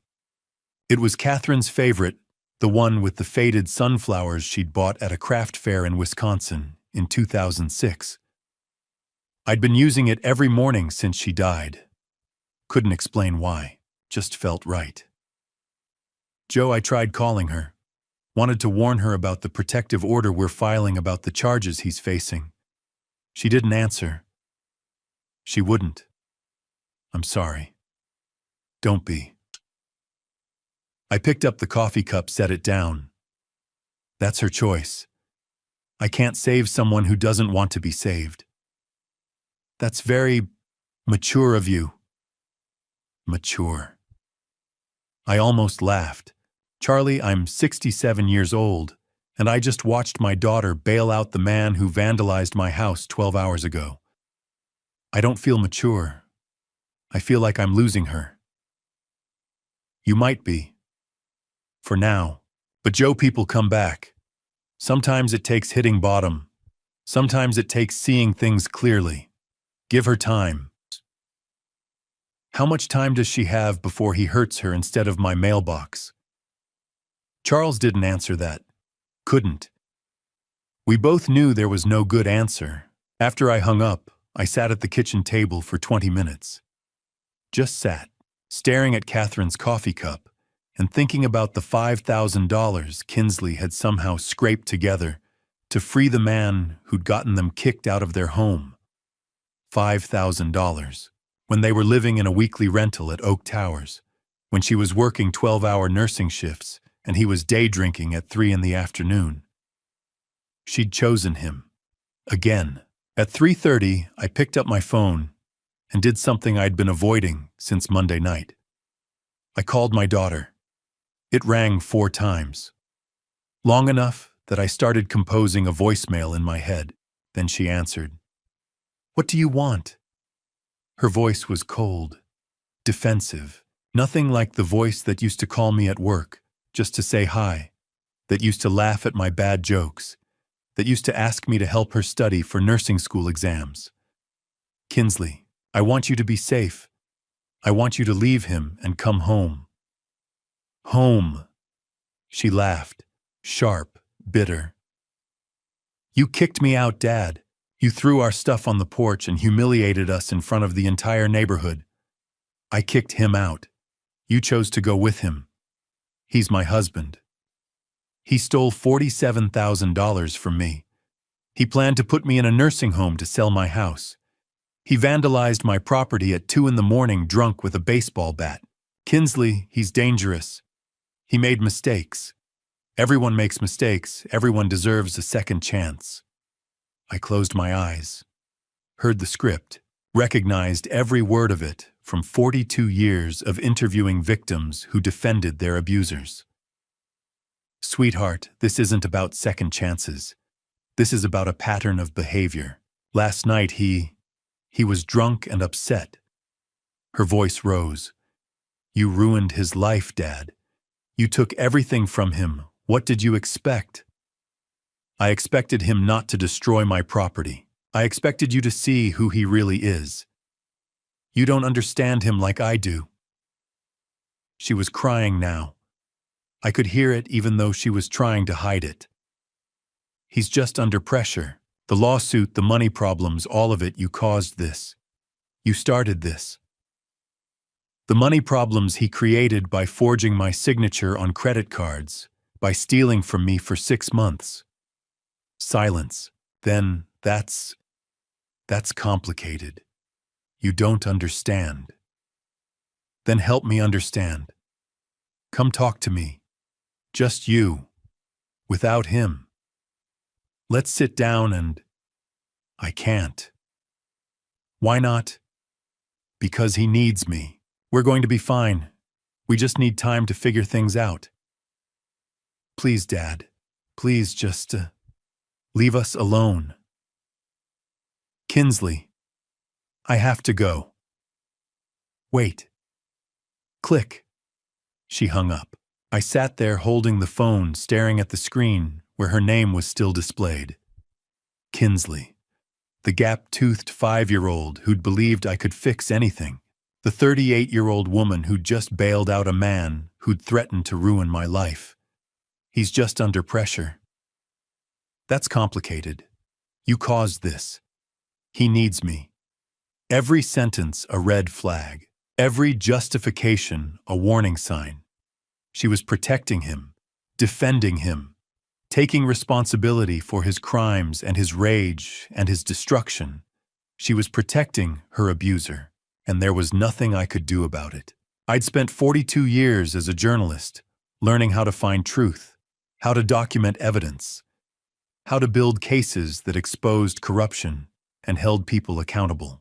I'd taken down politicians and business executives and criminals who thought they were untouchable. But I couldn't save my own daughter from a man who was destroying her life one choice at a time, because she didn't want to be saved. She wanted to save him. I set the phone down on the kitchen table next to Catherine's coffee cup. Outside, the October afternoon was fading into evening. The street was quiet. Normal. Families coming home from Saturday activities. Karen Phillips watering her lawn. Arthur Coleman walking his dog. My life looked normal from the outside, too. House repaired. Damage cleaned up. Legal process moving forward. But inside, I was watching my daughter choose the man who'd vandalized my home over the father who'd raised her. Choose loyalty to someone who'd commit fraud over truth. Choose staying with an abuser over coming home to safety. And the worst part was understanding why. Because she loved him. Because she'd made vows. Because admitting he was dangerous meant admitting she'd been wrong about him.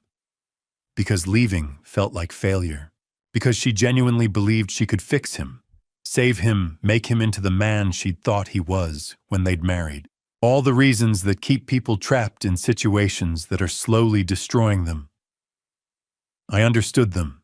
I'd interviewed hundreds of people who'd said the same things, made the same choices, defended the same indefensible behavior. Understanding didn't make it hurt less. At 4 o'clock, I stood up from the kitchen table and went to the living room. Sat in Catherine's armchair. The one I'd sat in on Monday night watching Jason and Kinsley arrive home to find their keys didn't work. 4 days ago. Felt like 4 years. My phone sat silent on the coffee table. No callback from Kinsley. No apology. No, "You're right, Dad, I'll leave him." Just silence. And me sitting in an empty house knowing I'd done everything right and lost my daughter anyway. You can't force someone to see the truth. You can present evidence. You can document facts. You can offer safety and support and unconditional love. But you can't make them choose it. That's their decision. Tuesday night. 3 days since Kinsley had hung up on me. 3 days of silence that felt like 3 years. I'd just settled into Catherine's armchair with a book. Something about World War II, ironically fitting for the war I was losing with my own family, when my phone lit up at 9:07. Kinsley, mobile. My heart stopped before my hand could reach the phone. "Kinsley, Dad." Her voice was barely a whisper, shaking, terrified. "Help me, please." I was on my feet before she finished the sentence. The book hit the floor. Where are you? Stay on the line. I'm coming right now." In the background, I heard it. A voice. Male. Angry.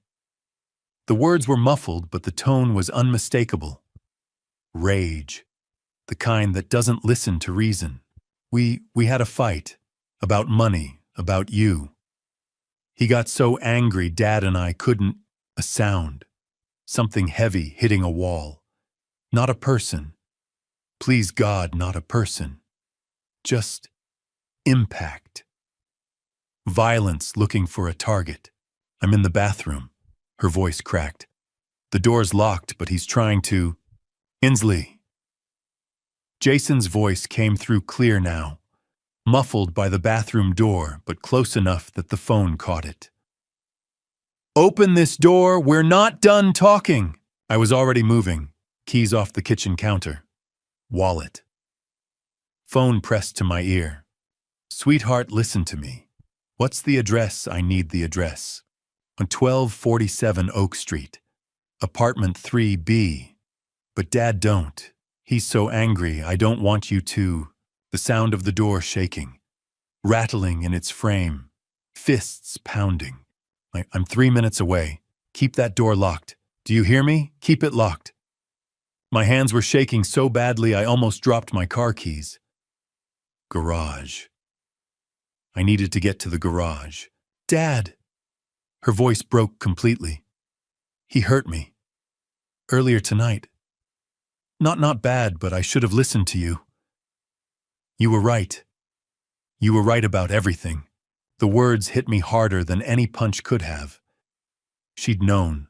Some part of her had known 3 days ago when she'd bailed him out, when she'd told me to leave them alone. She'd known, and she'd stayed anyway, because that's what abuse does. It convinces you that maybe you're wrong, maybe it'll get better. Maybe if you just try harder. "I'm backing out of the garage right now. I'm calling 911 the second we hang up. Just hold on." My truck roared to life. I threw it in reverse. "I'm scared, Dad. I'm so scared." "I know, baby, I know, but I'm coming. 2 minutes, that's all." Another sound through the phone. Louder this time. The door shaking harder. Jason's voice was incoherent now, just fury and volume words blending into rage. Then the sound that made my blood run cold. Wood. Cracking. The door frame giving way under sustained assault. "Oh no, oh God, he's Dad, he's..." "Kinsley, keep the door closed, I'm almost..." A scream, short, sharp, cut off mid-breath. "No, please don't..." The line went dead. 9:09 p.m. I was already on Oak Street running every red light between my house and hers. My other hand was dialing 911. The phone rang once. Twice. 911, what's your emergency? My daughter Kinsley Brennan. She's at 1247 Oak Street, apartment 3B. Her husband is breaking into the bathroom where she's hiding. I just heard the door break. She screamed and the call cut off. "I'm 2 blocks away." "Sir, I'm dispatching officers now. Do not enter the residence. Wait for..." "I'm her father. I'm not waiting." I hung up. Threw the phone on the passenger seat. I slammed on the brakes, threw the truck into park, left it running door open, keys still in the ignition. Before I tell you how I saved my daughter that night, pause here. Share your thoughts in the comments. What would you do in my shoes? If this father's fight has moved you, let me know you're still here. Your words give me strength to continue. And a reminder, the following events contain fictionalized elements for educational purposes. If you'd prefer not to continue, feel free to stop here and choose content that better suits you. 12 minutes became 10. 10 became 8. I took corners too fast, ran lights I shouldn't have, and I didn't care. Every second that passed was a second my daughter was locked in a bathroom with a man breaking down the door. At 9:19, I screeched to a halt in front of 1247 Oak Street. The building loomed in the darkness, 4 stories of failing brick and flickering exterior lights. The kind of place where hope comes to get crushed under the weight of bad choices and worse circumstances. 3rd floor. Apartment 3B, I ran. The entrance had no security, no buzzer system, no locked door, just a push and you were in. The hallway smelled like decades of cigarette smoke, and something else, desperation maybe, or just mold that had been growing since the 90s. Stairs. I took them 2 at a time. My lungs burned. My legs screamed. 67 years old and climbing like I was 25 because my daughter needed me and nothing else mattered. 3rd floor hallway. Dim lights that flickered. Doors that had seen better decades. And at the far end, a woman standing outside apartment 3. Hands pressed to her mouth, eyes wide. She saw me coming and stepped forward. Mid-50s, worn bathrobe, fear written across her face. Are you her father? Yes. Thank God. Her voice shook.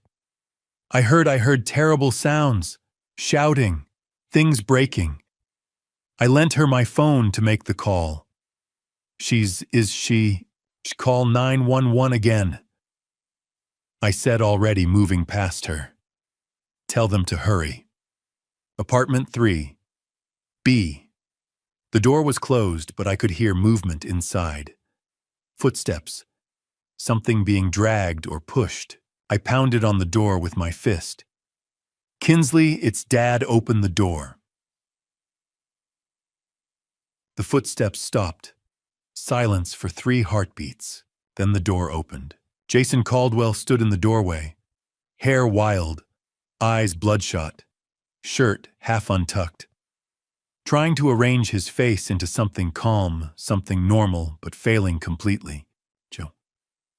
He said my name like we were neighbors who'd run into each other at the grocery store. What are you doing here? Where is she? He didn't move, didn't step aside.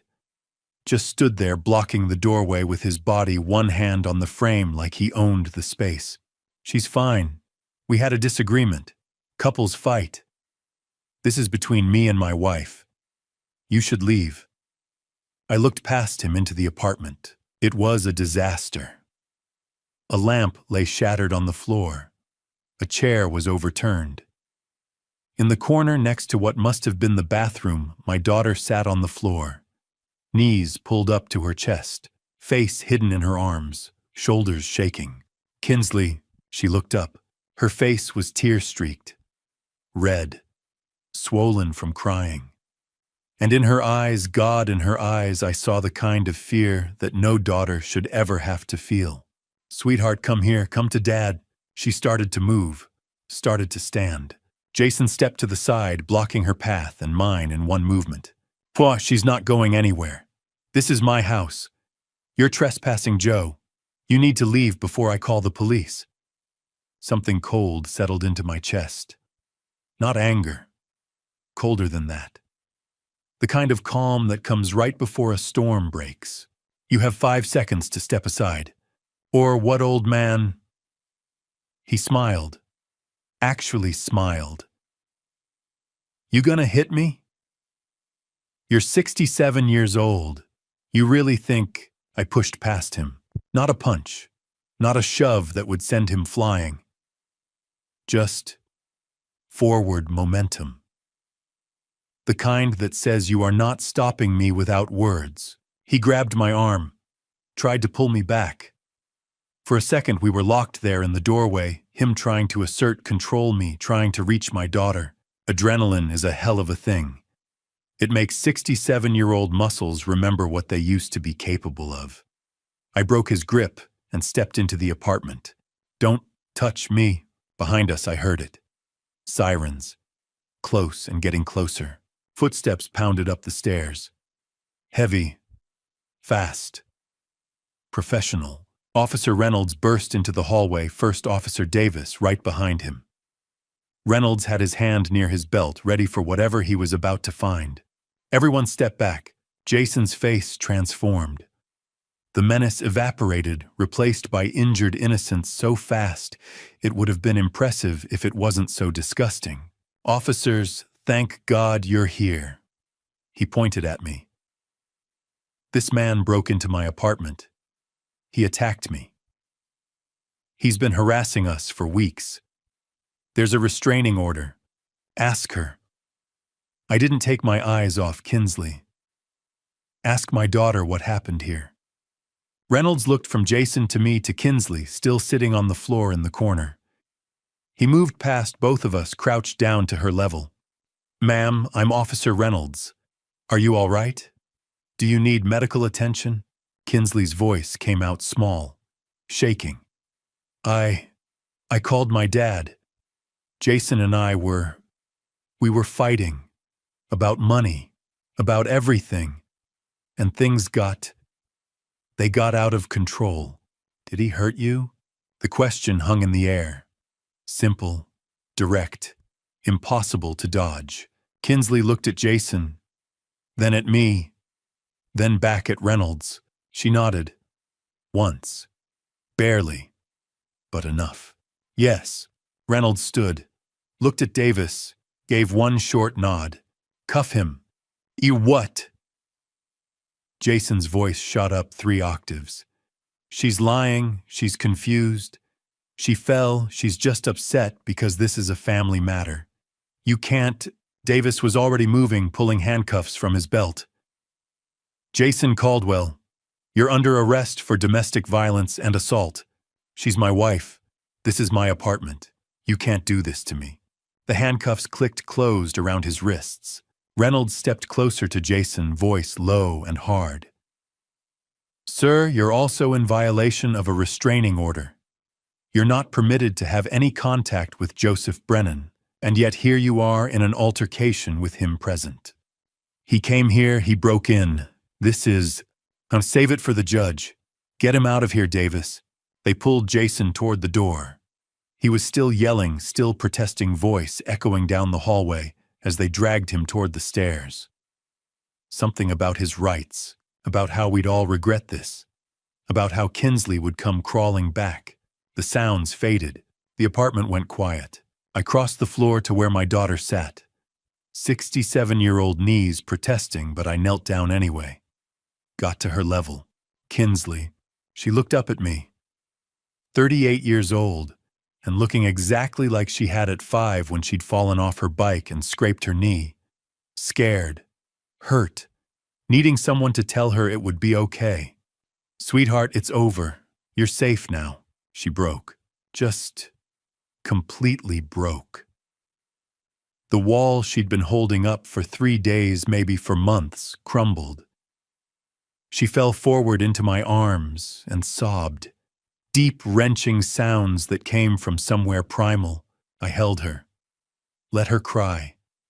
Didn't say anything because what was there to say I told you, so didn't matter. You should have listened, wouldn't help. She knew. God, she knew. Behind us, I heard more footsteps on the stairs. Heavier equipment. Voices calling out identifications. Paramedics, Reynolds said quietly. "Need to check her out, Mr. Brennan." I nodded but didn't let go. Not yet. Not until Kinsley was ready. She pulled back, finally wiping her face with shaking hands. "I'm sorry, Dad. I'm so sorry. You were right. About everything. And I chose him anyway. I'm so stupid. Hey." I caught her face gently in my hands, made her look at me. "You're not stupid. You're human, and you're my daughter. That's all that matters." The paramedics moved in with their equipment and their calm, professional voices. Reynolds stepped closer to me, speaking low. "Mr. Brennan, we'll need statements from both of you. But that can wait until tomorrow. Right now, let's just make sure your daughter's okay." I stood slowly, every joint protesting. Watched the paramedics check Kinsley over, asking her quiet questions, documenting whatever they found. Mrs. Cooper was still in the hallway, wringing her hands. She caught my eye and nodded. One neighbor to another. One human being saying you did right. In the distance, I could hear Jason's voice still echoing up from the street level, still yelling, still claiming this was all a mistake. But up here in apartment 3B, my daughter was safe, and that was the only thing that mattered. 4 months later, my house sounds different. Not the suffocating silence of endurance, not the noise of conflict. It echoes with laughter. Wednesday afternoon, 3 o'clock. My living room holds 12 people in borrowed chairs, sharing coffee and stories. Barbara Peterson, Arthur Coleman, Evelyn Baker, Harold Jackson, 7 others whose courage I witness every week. We call it the Wednesday Support Group. Today we're discussing early warning signs of financial abuse. The small things that seem innocent. Someone offering to help with bills. Someone getting defensive about financial statements. The signs I missed. The hardest part, Evelyn says, was admitting my own son would steal from me. You don't want to see it. Heads nod. We all understand. That's why we're here. At 4:30, the meeting ends. Barbara stops by my chair. Joe, you've turned your pain into purpose. We all do that, Barb. That's what community means. The house empties. The quiet now isn't lonely. It's peaceful. 4 months. Let me tell you what that means. October 29th. I pulled Kinsley from that apartment. Reynolds arrested Jason for domestic violence. She sat in my truck and said, "You were right about everything." She stayed in her old room that first night while I listened from downstairs, making sure she was safe. November. Therapy began. Dr. Sanders twice weekly. I attended family sessions. Learned what I already knew: victims don't stay because they're stupid. They stay because abusers convince them they're the problem. Jason tried calling. Charles Norton got a permanent restraining order, December. Jason took a plea deal. 18 months county jail. 5 years probation. Mandatory counseling. The lawyer must have explained that video evidence of vandalism audio of him breaking into a bathroom and police testimony meant he'd lose at trial. When Charles called with the news, I felt nothing. Just tired. January. Kinsley filed for divorce. January 15th, 2026, it was finalized. She came over that night, cried at my kitchen table. Not from sadness. From relief. I should have left sooner, she said. I took her hands. You're out. That's what matters. February. She found an apartment. West Side near the hospital. Safe. When she showed me pictures, she was proud and nervous. You sure you don't want to stay here longer? I asked. I need to prove I can live alone, she said. That I'm not the person I was with him. She moved out last week. We both cried good tears. Now she visits twice weekly. At 5 o'clock, my doorbell rings. Kinsley stands there holding Chinese takeout, grinning.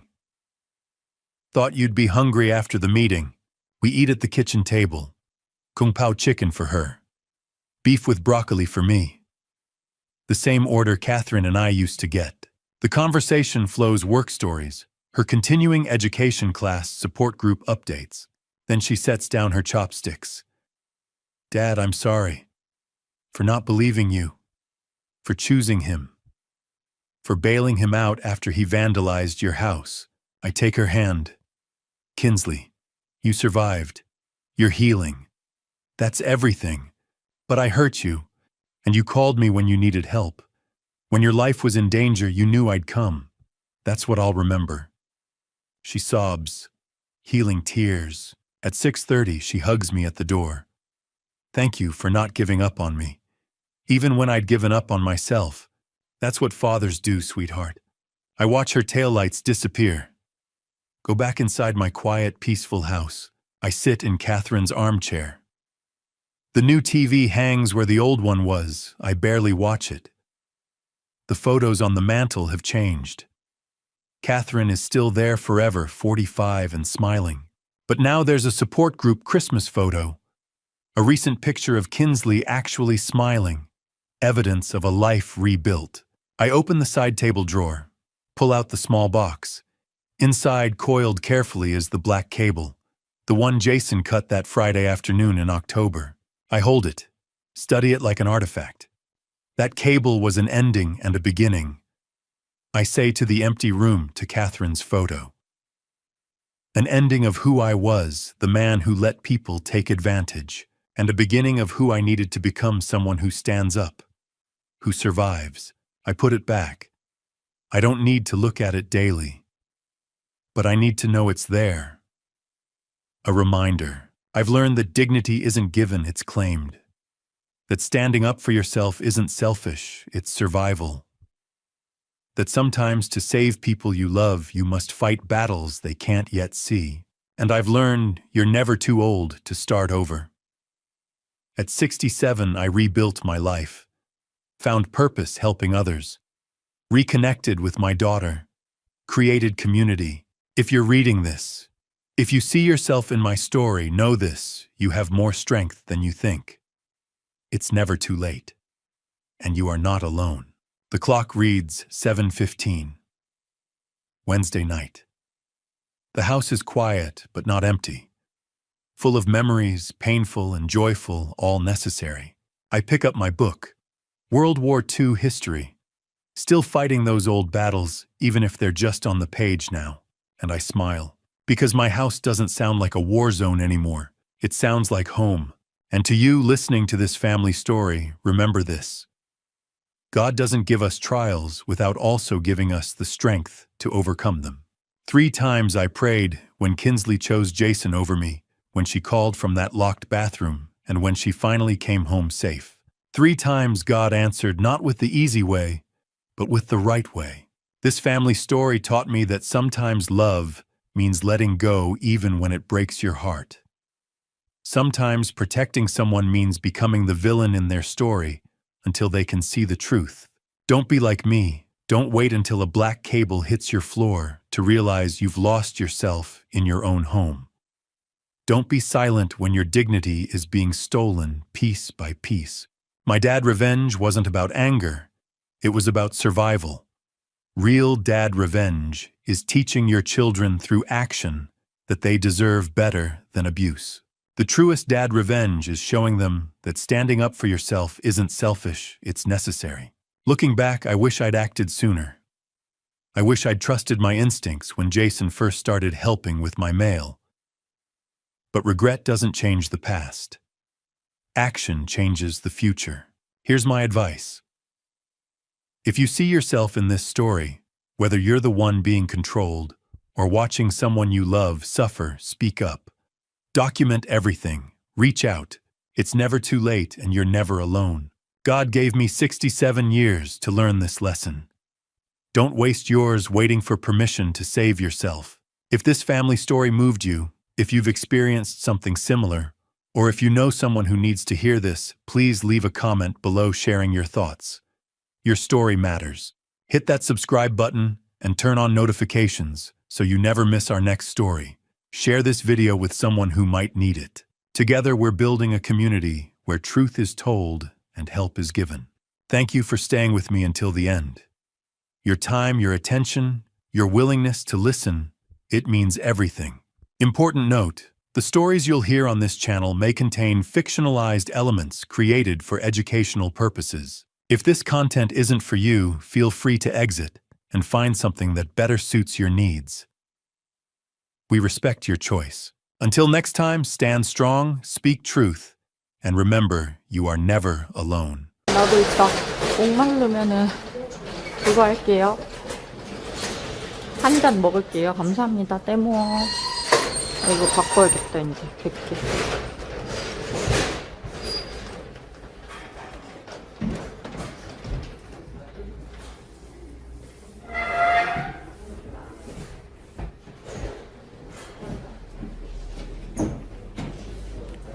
쇼핑 방송? 지금 쇼핑 방송 아닌데?